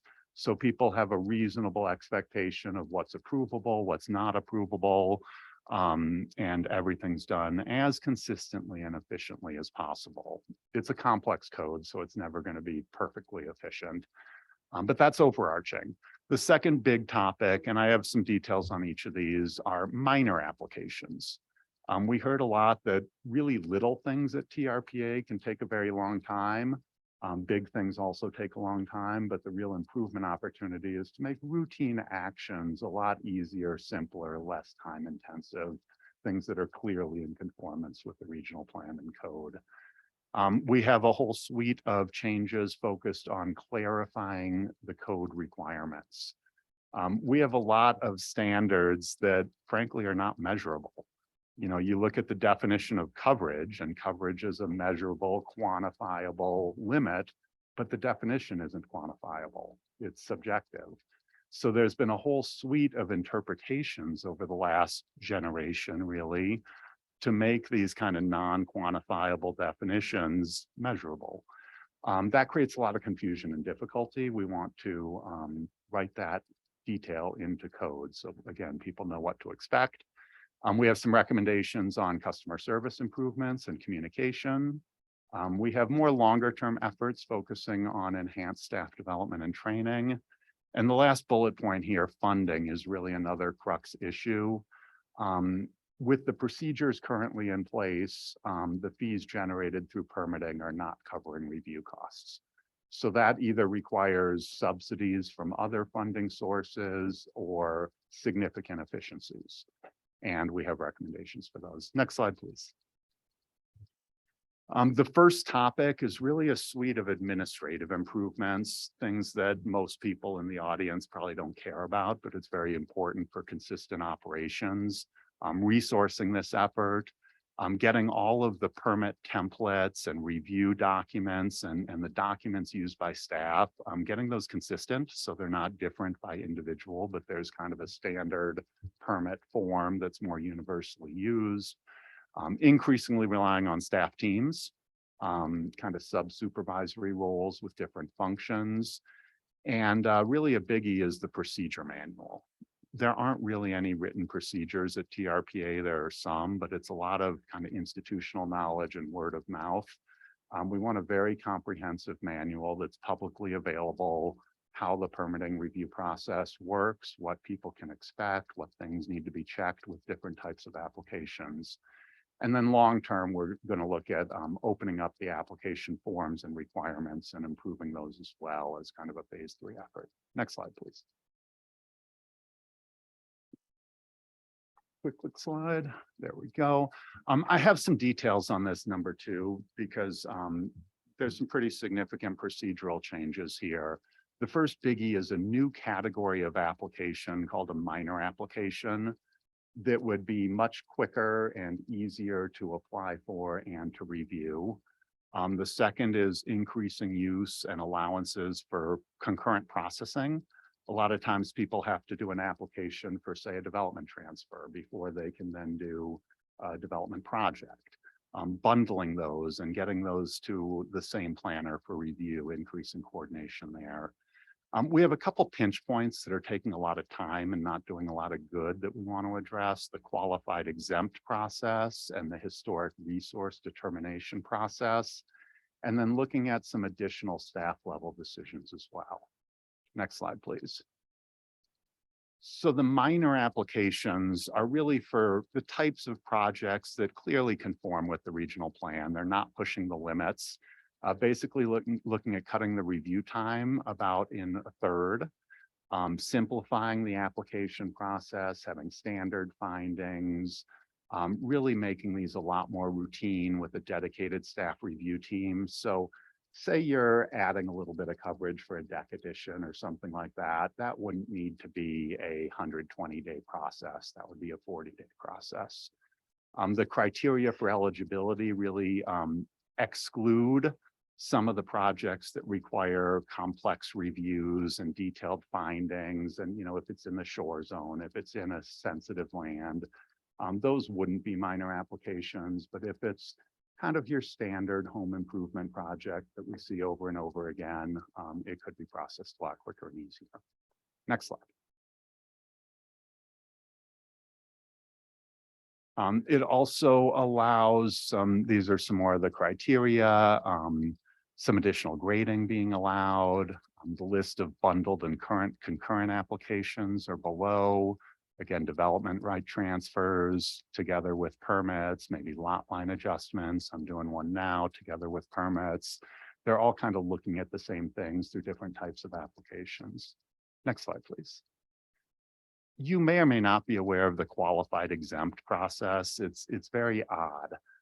These are things that are exempt from TRPA review and essentially require a property owner declaration saying, I promise this fits within this category. What's evolved is essentially a de facto review and approval process that isn't supported with application fees. It's just very challenging. It's kind of being used as a way to get a de facto TRPA approval without going through the project review process. So we had a lot of discussions of this. It gets very technical, but at the bottom, at the end of the day, these are very minor things: interior remodels, you know, not adding coverage. We're recommending pushing that back to be a property owner declaration and not doing an entire TRPA review of those declarations. And then some of those QE activities, there's really, from staff's perspective, no value of that QE process. And there are some of the easier ones that are recommended to be fully exempt. So kind of two pieces there. Let's fully exempt more activities. And for the remaining QE activities, many of which have to pay an impact fee or mitigation fee, sorry, or things like that, installing BMPs, that we have a quick, efficient process. We're recommending a consistent fee for all of them. Some of these declarations have no fee at all, so that's a money-losing operation for TRPA. Basically, a simple process, $200 to cover review time, and we'll move on. Next topic is, next slide, please, the historic resource determinations. This is another kind of procedural requirement that is taking a lot of time. It's not funded and it's not adding any significant value really from anyone's perspective. The feedback we got was to be more aggressive on this than we had initially proposed. The regional plan essentially calls for development of a historic resource inventory and list and special procedures for those listed properties. But what also happens is essentially every building that's over 50 years old has to go through a historic determination before they can apply for a project. And this is capturing, increasing numbers of homes built during the 60s and now the 70s. And it delays project reviews a month, 2 months, 3 months. And it's not really catching anything. It's kind of a standard, just busy work process. So option one is to really streamline the administrative procedures and just make it part of the application review process. But a lot of stakeholders said you really should go forward further than that, really address some policy matters and take it back to what the regional plan calls for. And essentially don't do these parcel by parcel determinations, but update the historic inventory list, apply special rules and special incentives for those listed areas, and free up the other 95% of the homes in the region that aren't historically significant to be able to move forward. Next slide, please.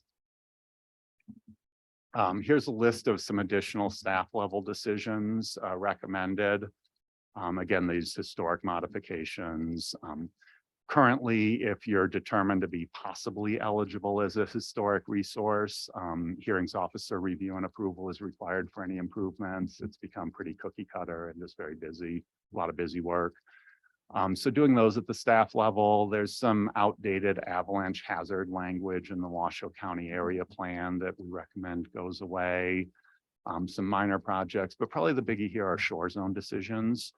Moving to an enhanced staff review process where there's neighbor notification, there's appeal rights, but the initial decision would be done at the staff level. That would kind of make things move a lot quicker and more efficiently, while at the same time preserving safeguards to approve disputed items up to this board. Next slide, please. Moving on to the third topic, the code matters. There's a whole suite of interpretations that have been documented literally since 1989 and have not been put into code. We want to write that language into code consistent with the interpretations that have been made for 30 years now. In addition, we want to add some clarification to things like coverage and building height, how those are measured. Some of those are written interpretations, some of them are unwritten, just kind of knowledge, institutional knowledge. Building height is another one, some rounding standards. These take a ton of time. You wouldn't think a lot of staff time would be required to determine building height, but they're very subjective. It actually is. It's not clear how you measure the roof pitch. It's not clear how you measure the slope retained across the site. While it's about the most complex ordinance you could develop for building height, at least having clear guidelines for how it's measured would be great. I'm currently reviewing a project. They misunderstood the building height ordinance, and now they have to go into an entire redesign because they didn't understand roof pitch. The topic of focusing on high value work, there are 2 ordinances we're targeting here that require a lot of staff time and not a lot of value. The first is the below the IPES line drawing, which has become redundant with the allocation incentive pool, probably using the wrong term. So we're looking at merging those programs and using the more efficient approach. Additionally, the discussion earlier about area plan audits. There was a lot of feedback that auditing 10% of the projects approved is really excessive and requires an extreme amount of staff time, both at the local agencies and TRPA. And there's a recommendation to reduce the auditing standard to 5% of issued permits rather than 10%. That change alone will probably free up about 2 months a year of TRPA staff time and probably similar amounts at local agencies. And then the code reference documents. TRPA code relies on all these different documents. It says you must comply with this, you must comply with that. They're often very hard to find. We have those all on a common list with hyperlinks to each, so those will be easy for applicants to find. Next slide, please. As I mentioned, I'm keeping it pretty high level. I'm sure I'm skipping over stuff, but I know you have a full agenda. Customer service improvements, preparing to implement a dedicated staff for customer service questions, kind of like Gary Weigel used to do in the old days. Also recommending 3 customer service improvements associated with that, really web page resources for who you call, who's the staff planner for different applications, standardized pre-application meetings, things like that. We have a draft customer service policy just to get consistent expectations for things like return calls and out of office messages. And we're planning continuing coordination meetings with the stakeholders. I really should have emphasized on the front end that stakeholder input has been very important here. There's been a lot of applicant input. Also, hopefully Gavin's still on the line from the league.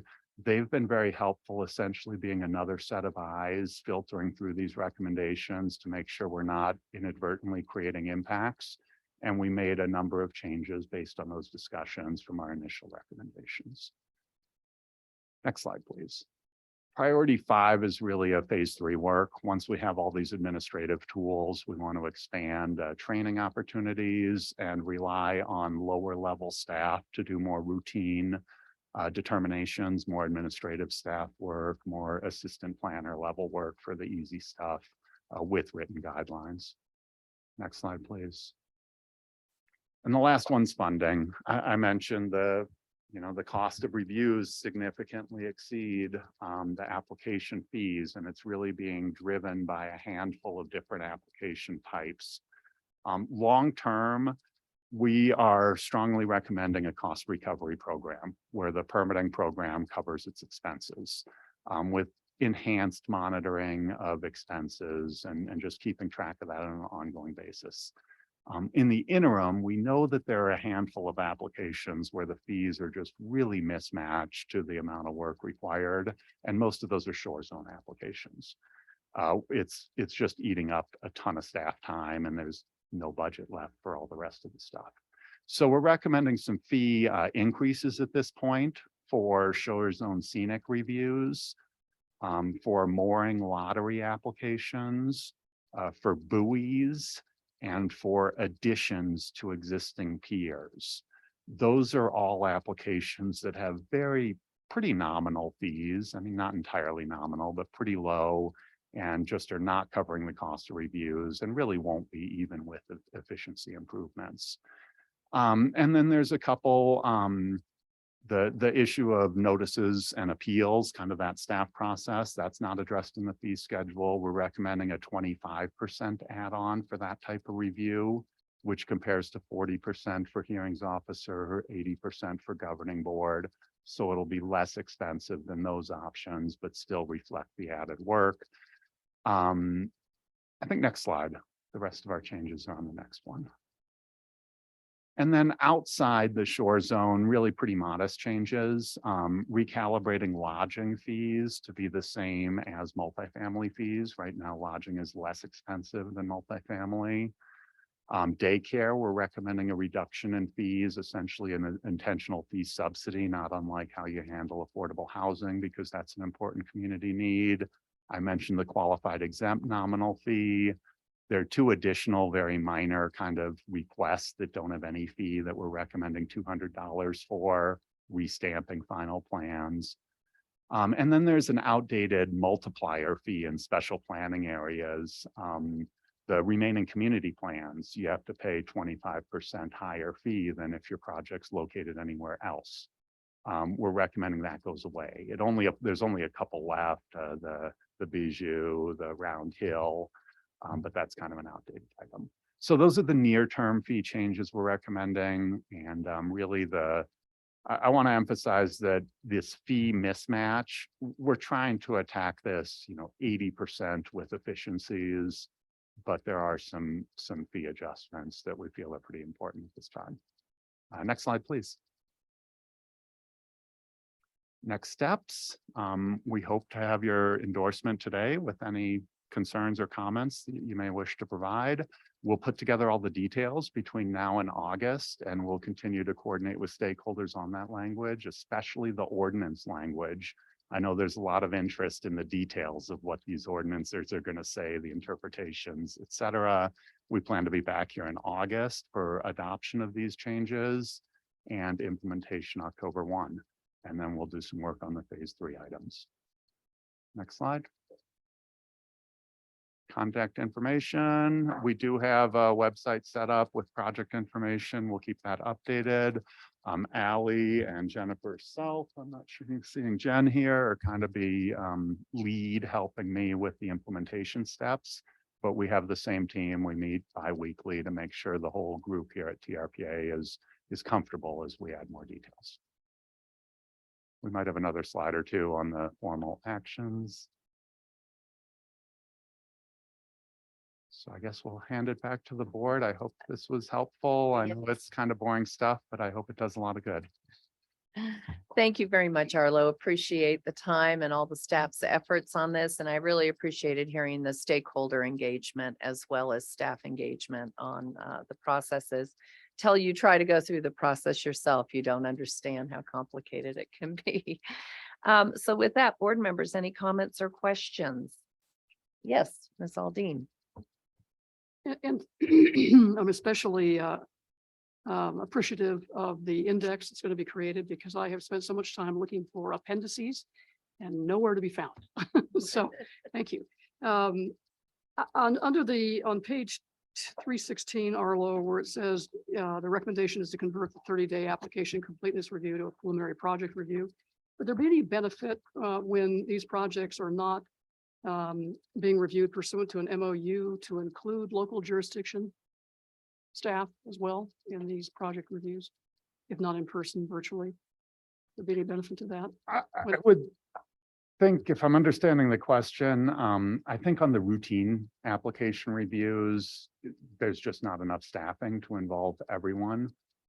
It's more the Major larger, project significant major projects. And we're really focusing on a lot of this is going to be the deck addition or the new family room. Okay. But I didn't mention, we have met several times now with the local agency staffs and I heard a lot more support than concern, and I think it's going to benefit them as well. So with respect to the relaxing of the qualified exempt applications, would there be any benefit to, I can just foresee a neighbor, for example, seeing work going on that is a qualified exempt project, picking up the phone and calling TRPA thinking that somebody is doing something without a required permit. Is there any way of posting these qualified exempt projects online so they're easily accessible to neighbors who might inquire about the validity of the project and whether or not a permit has been issued or whether one's required?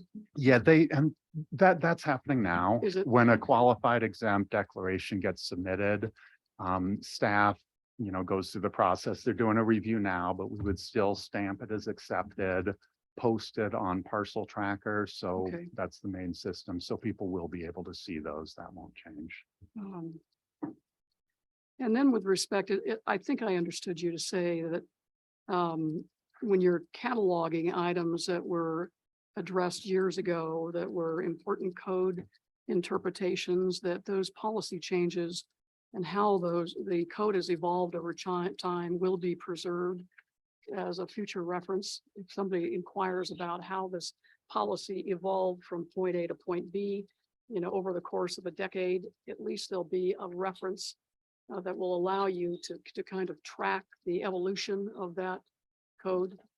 Yes, and we actually hope that by putting this language into code, that will be less necessary. There's a lot of tracking, pulling up old interpretations, but definitely want to keep that as a resource. And also this catalog, it's not just administrative interpretations. It also includes some legal memos and some other issues that need to be maintained for administrative purposes. Okay. And then on page 339, under peer additions, the option that was selected was to increase the fee for additions only with no change for peer modifications, but then down below where you've itemized the change in fees, peer modifications, low scenic has actually been increased from about 3,900 to 5,300, even though up above it says there'll be no change in the pure modification charges. So I'm just wondering if that was a typo. No, the fees are complex as well. Okay. There's a base fee. Right. And that's not changing. The total fee, the reason for that increase is because of the scenic review Okay. fee increases. Okay. All right. Thank you. But there's a big difference in review time between a minor pier modification and adding 60 feet to the end. It's that adding 60 I see. feet to the end that Okay. we're trying to recover costs for. Okay, great. Thank you. Are your eyes crossed? Appreciate all the work. Thanks, Shelley. Other comments? Yes.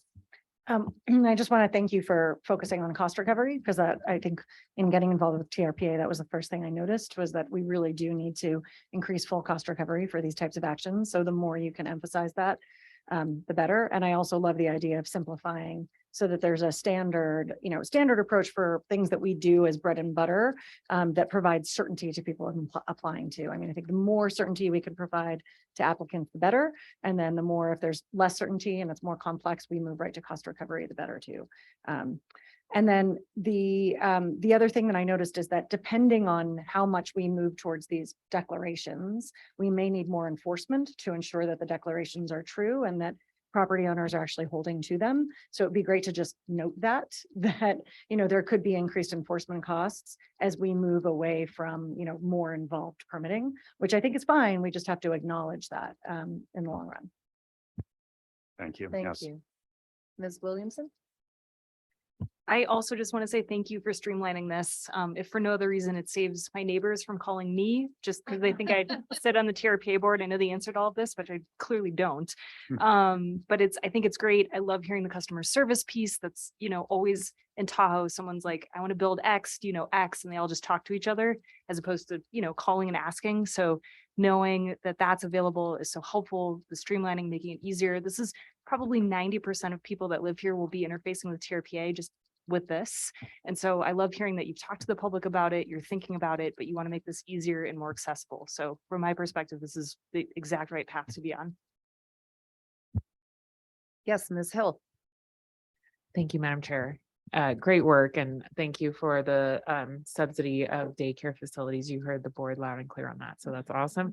I also was wondering on automation of permitting, and I see we do a lot online, which is awesome. And I'm just wondering how much more should the board be supporting on technology for automation, so you don't have to do as many phone calls, so you could see like, oh, I'm in the queue, I have 15 more days left, things like that. Thank you.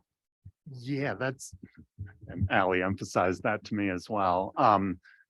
Using technology is very important, and it's an ongoing process that TRPA is working through. This kind of works in concert with that. You don't want to create a whole computer system for a flawed process. So we wanted to button up the process so that the technology could work more efficiently and it all kind of works together. And this is set up to kind of incrementally evolve into more and more technology-based processes for permitting, whether it's, complete electronic permit review.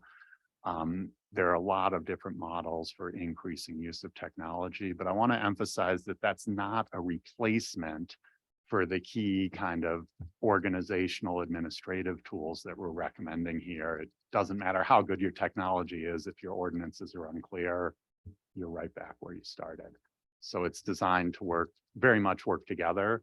And actually implementing this, we're going to have to make some platform changes within Acela between now and October and do some technology changes in order to implement these recommendations.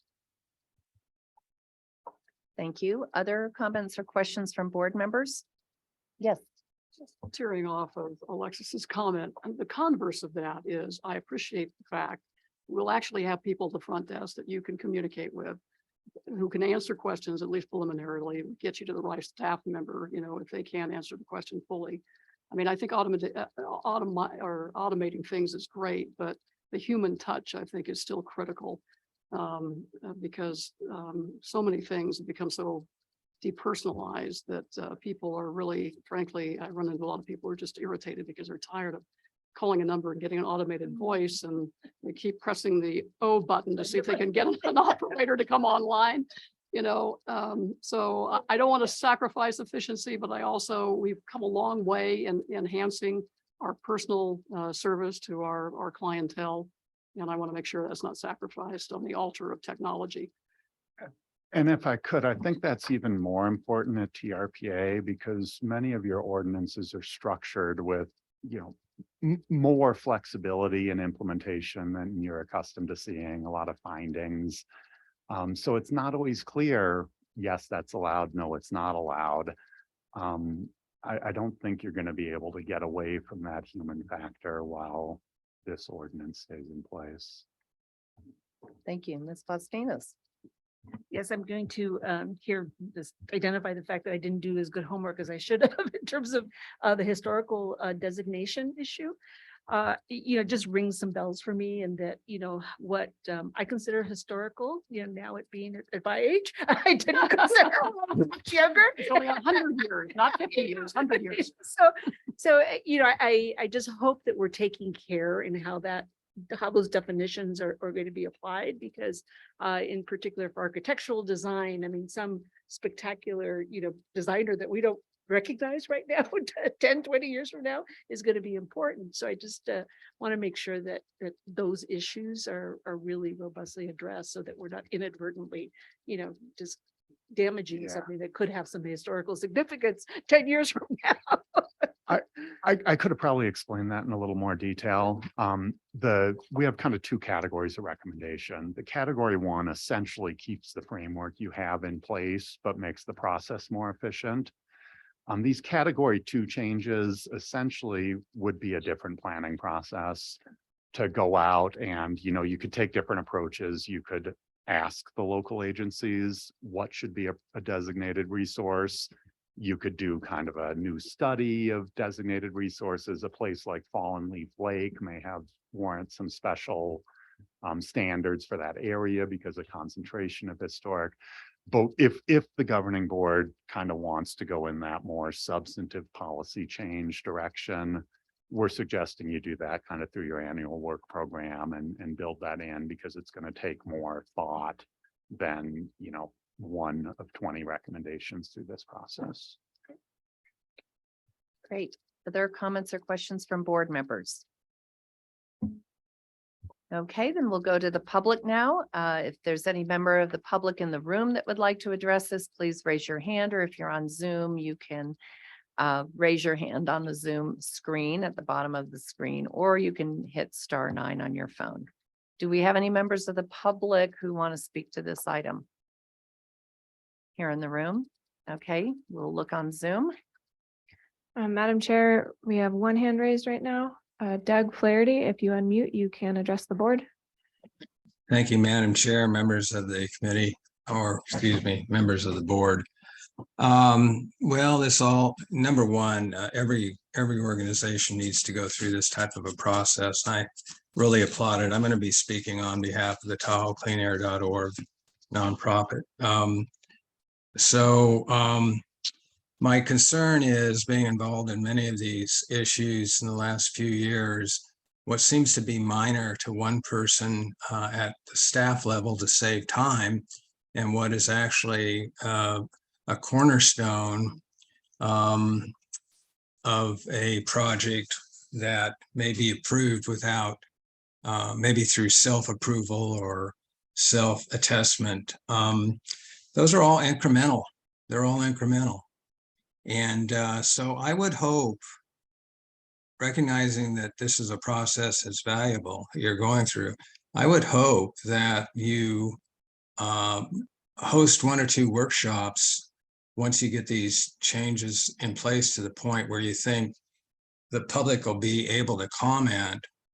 And I also believe that since there are going to be code changes, and while, the word minor is in the eye of the beholder, I would hope that you're going to do an environmental impact statement on this. Your TRPA environmental checklist, I've said it many times, it's a sham.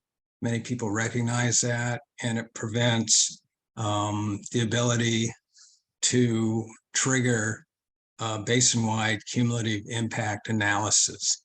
Thank you very much. Thank you, Mr. Flaherty. Are there any other hands raised? Madam Chair, there are no other hands raised to comment on this item. Thank you. Then we'll close our public comment. And are there any further comments from the board? Otherwise, I would entertain the motions and we have, can we put those back up on the? Okay. Any other comments, board members, or does somebody want to make a motion? Madam Chair, I would move to endorse, don't everyone reach at once, to endorse the implementation report for TRPA permitting improvements as shown in attachment A. Thank you. Any other questions? There's our motion. Then we'll call the roll, please. Miss Aldine, Yes. Ms. Conrad Seda, Yes. Mr. Aguilar, Ms. Faustinos, Yes. Ms. Dis, Mr. Friedrich, Ms. Hill, Yes. Mr. Honigman, Yes. Mr. Rice, Yes. Ms. Lane, Yes. Mr. Settlemeyer, Ms. Williamson, Yes. Ms. Gustafson. Yes. Madam Chair, the motion passes.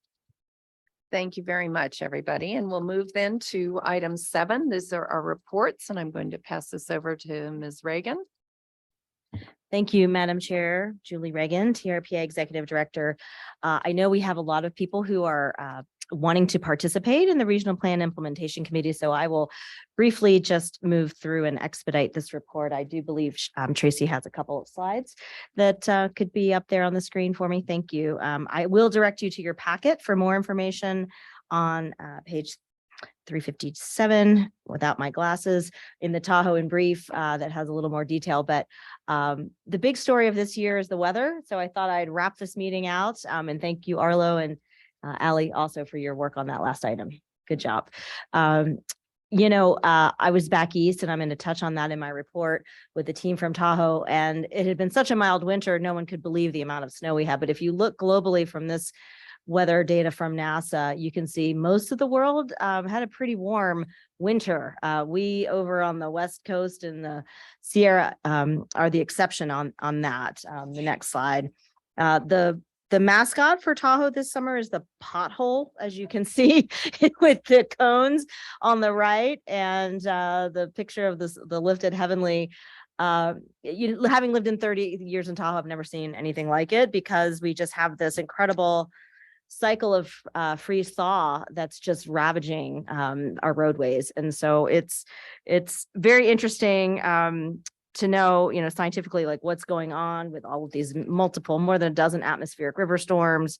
The lake level is up to 6225.3. So we're a couple feet above the natural rim, and it went up just a foot from February 1st of this year. The natural rim at 6223. And the lake did mix all the way to the bottom, which many of you probably saw in the news reports, which is a very good thing ecologically for the lake. And the clarity data that will go looking at last year's 2022 average will be coming out within a month or so. And so we'll have more to come on that. But really just hats off to our local government partners who've been working really hard to keep the roads safe for locals, visitors alike, first responders. We had many states of emergencies in our local jurisdictional areas.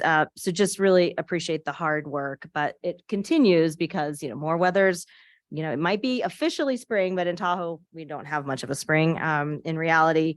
And we're going to have to work together on that. Those are pictures from Mammoth that I just thought were incredible. But notably, we were 4 to 8 degrees colder in Tahoe this winter, and that really has affected overall the conditions on the ground because the snow extremes of cold and warming, and that's part of the condition of the pavement, which really affects lake clarity. And we just beat the 1982-83 winter record at 677 inches of snow for the year. So the big winter of 82-83, we've surpassed that already this year.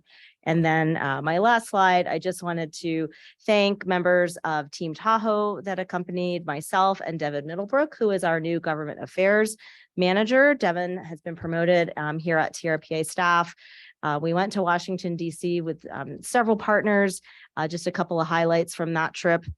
Where we met with the delegation on the Nevada and the California sides, our for senators, offices and members and staff, as well as California and members of the House. And we actually were reaching out to members in the House that are actually putting their hat in the ring for Senator Dianne Feinstein's seat. So we're pictured with Adam Schiff in this picture on the top.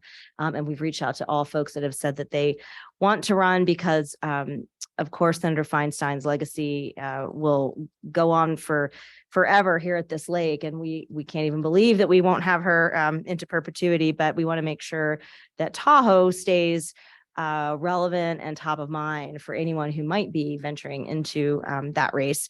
And one thing of note, we did have a great moment in Washington where the delegation introduced the extension of the Lake Tahoe Restoration Act. So that was a highlight. That bill was dropped and Senator Cortez Masto signed that bill right before it was dropped in the Senate and was also dropped in the House by Congressman Amodei. We're pictured in the top right with Congressman Amodei's office. So Tom Fortune from Vail Resorts, who oversees Heavenly, North Star, and Kirkwood, was really regaling them with stories of snow, which everyone was excited to hear.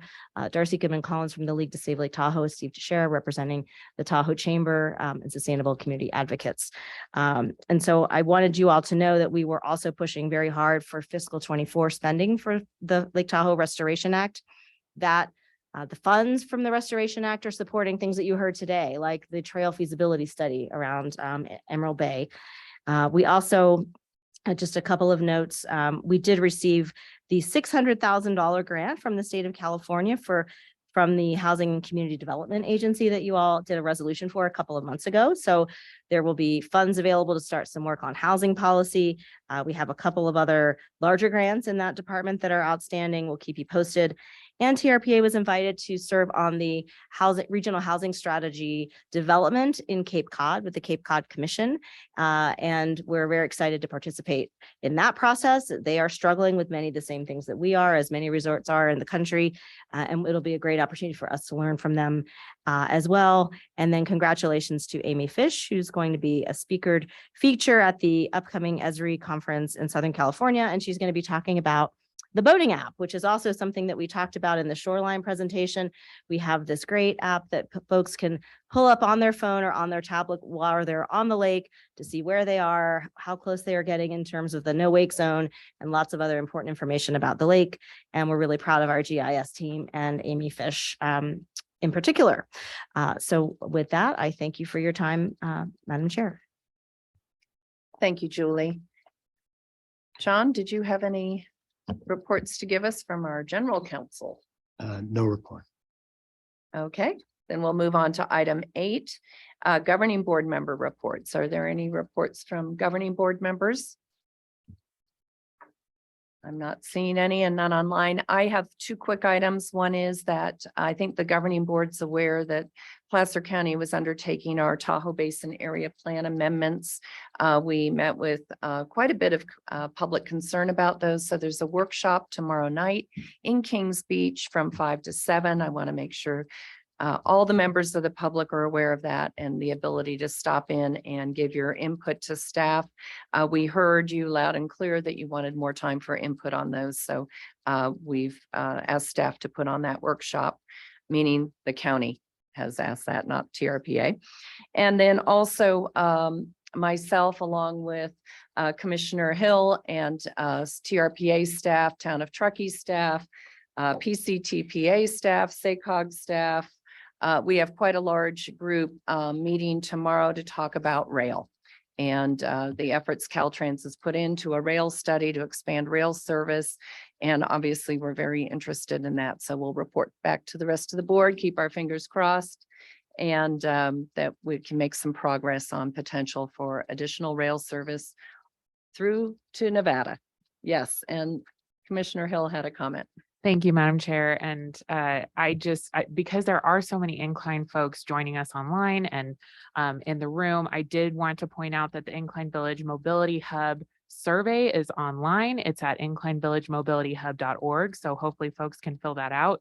And all of our public workshops are also online. So just want to make sure that I point that out to the audience. Thank you. Thank you. Any other reports?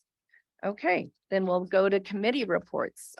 Any items from any of the committees that were not previously reported on?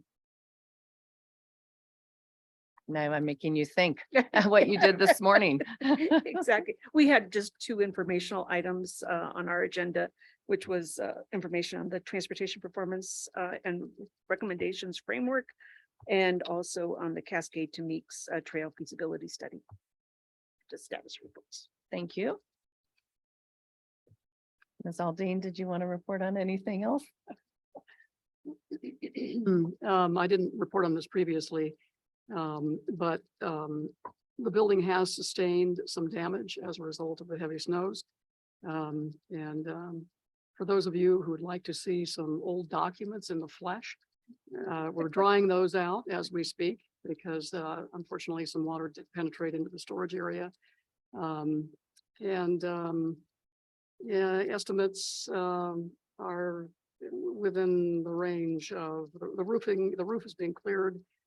I haven't heard any activity today, but they are making progress in removing the heavy load from the roof. But according to Chris, we're looking at a possible financial hit of about $100,000 when all is said and done. So that's not good news, but at least the roof didn't collapse and we're not sitting outside in the snow conducting this meeting. So, and then Chris touched briefly on some of the bank failures and assured us that we're transferring more money out of our Wells account between Wells Fargo and Leif just to redistribute some of our assets. But right now we're receiving no guidance from Wells on any impending doom. And of course, we know that Wells Fargo, along with a lot of the other major banks, were instrumental in helping to shore up First Republic. So obviously they have a lot of liquidity, and that's all I have. Thank you. Thank you. Not seeing any other committee reports. So now is our. Madam Chair, Oh, may I yes. just, Julie Reagan, to augment Member Aldean's report, I should mention our budgets are continuing to move through both state legislatures, and to build on the operations report from this morning.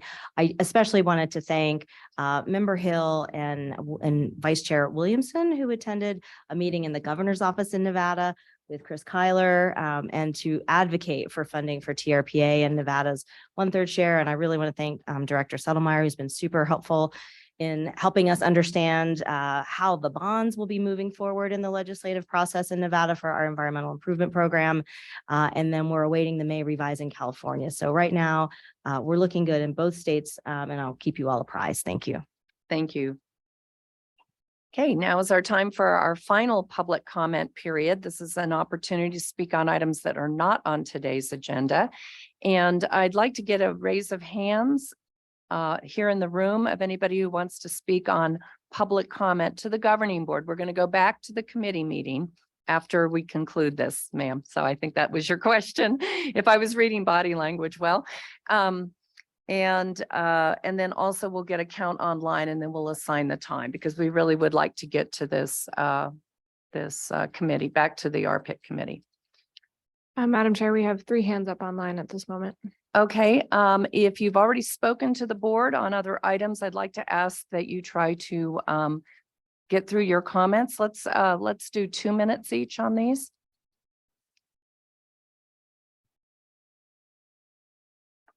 The first hand raised is Kathy Astromoff. Kathy, if you unmute, you can address the board. Hi there, can you hear me? Yes, we can. Very good, thank you. Hello, everyone. My name is Kathy Astromoff. I am a homeowner in Chamberlain's, and I'm calling on the non-agenda item about the recent direction of Homewood Mountain Resort.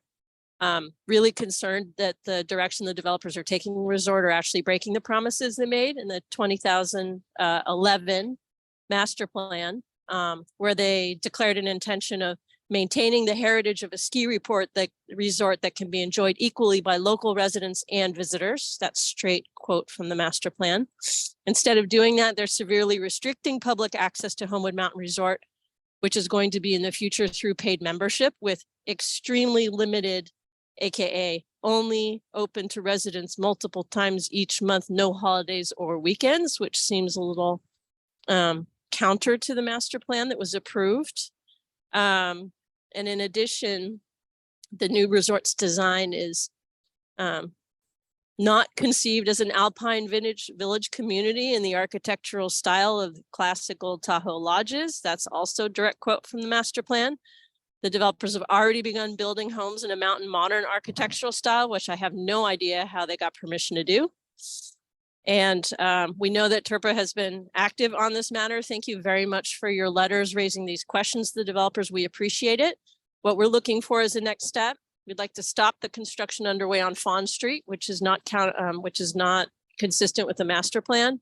We want to pause permitting until the developers submit a plan that's consistent with the master plan, and then ultimately continuing determinations from TRPA specifically that their most recent proposals are not compliant with the master plan. Thanks very much for your time and your efforts. Thank you, Kathy. Next. The next hand raise is Doug Flaherty. Doug, if you unmute, you can address the board.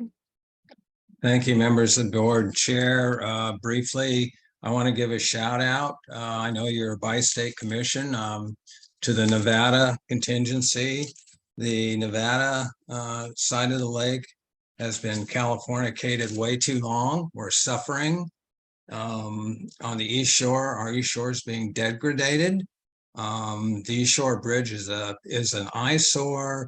There's erosion, pollution from dog waste, human waste, and so forth.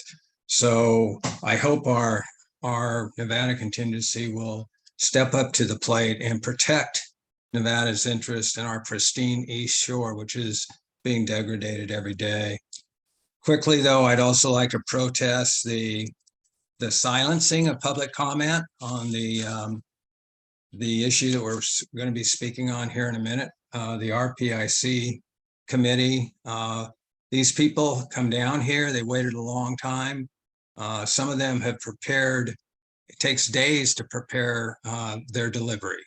And it's insensitive and rude to put a 2-minute time limit on these people. They work very hard. So the 2-minute time limit was for general public comment right now, Mr. Flaherty. I'm at 37 seconds left as far as I see. Yeah, I understand. It's not for the RPIC meeting. Oh, you did. Okay. Sorry. Yeah, whatever. Okay. Well, thank you so much. Bye. Thank you, Mr. Flaherty. The next hand raise is Toby Tyler. Toby, if you unmute, you can address the board. My name is Toby Tyler, and I'm representing the Tahoe area group of the Sierra Club. We've stated before that we have a carrying capacity issue here in the basin, and the trajectory of increased density, height, and coverage throughout the basin are on a collision course with increasing environmental degradation. I bring your attention to the excellent opinion piece in the Reno Gazette Journal, Tahoe's Future Hangs in the Balance Again, which I include here for the record. The cumulative impacts from the numerous development projects and the allowance of greater density, height, and coverage are not being evaluated, which violates NEPA and CEQA in California. These developments do not address affordable housing needs and will result in an increased population and transportation pressures at a time when we already exceed anyone's vision of maximum carrying capacity with the 60 million visitors per year. The TRPA has basically eliminated the VMT standard and now is opening the door to increased traffic nightmares and environmental degradation from the additional people in the basin. TRPA is not complying with NEPA and CEQA with their environmental checklist, which most projects are approved under. Increased density puts the entire community at risk in the event of an evacuation because of fire and other disasters. It also increases air and water pollution because of increased fossil fuel bikes, cars, boats, snowmobiles that come with increased density. Also, nobody's said anything about, we currently have a ski industry shutting down lifts and news organizations telling people not to come up here. When we have that, then we definitely have carrying capacity issues that needs to be addressed, not just continuing with approvals of this sort. Thank you, Toby. Do we have any other hands raised? Yes, Madam Chair, we have one more. Beth Davidson, if you unmute, you can address the board. Hello, this is Beth Davidson from Incline Village. And as I said once before, this is the first time I've been to your meeting. I think when a meeting is announced for the RPIC committee, and it's 4 hours later that you finally get to this is not respecting public comment and customer service. So I'm glad to see that you intend to improve your approach in terms of permitting with public communication and customer service. And I hope in that customer service that you are including the people who live here and who work here, because I'm not seeing that is going on in my the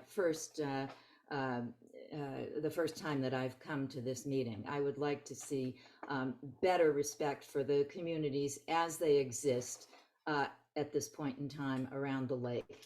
So workforce housing, for instance, that's an abstract. How about the businesses that already exist here, finding out how many people they employ, what kind of housing do these people need, and drive that first. You know, if you're going to drive that compliance before you begin additional expansion of development. I don't know if this comment belongs here or in the next meeting, but thank you for listening. Thank you. Madam Chair, we have no other hands raised to comment on this item. Okay, then we'll close the public comment. We'll move, I'm looking for a motion to adjourn our governing board meeting. Okay, that was the easy one to get.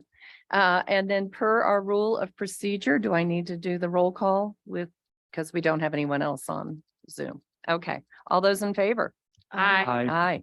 Any opposed? Okay, then we are adjourned as the governing board and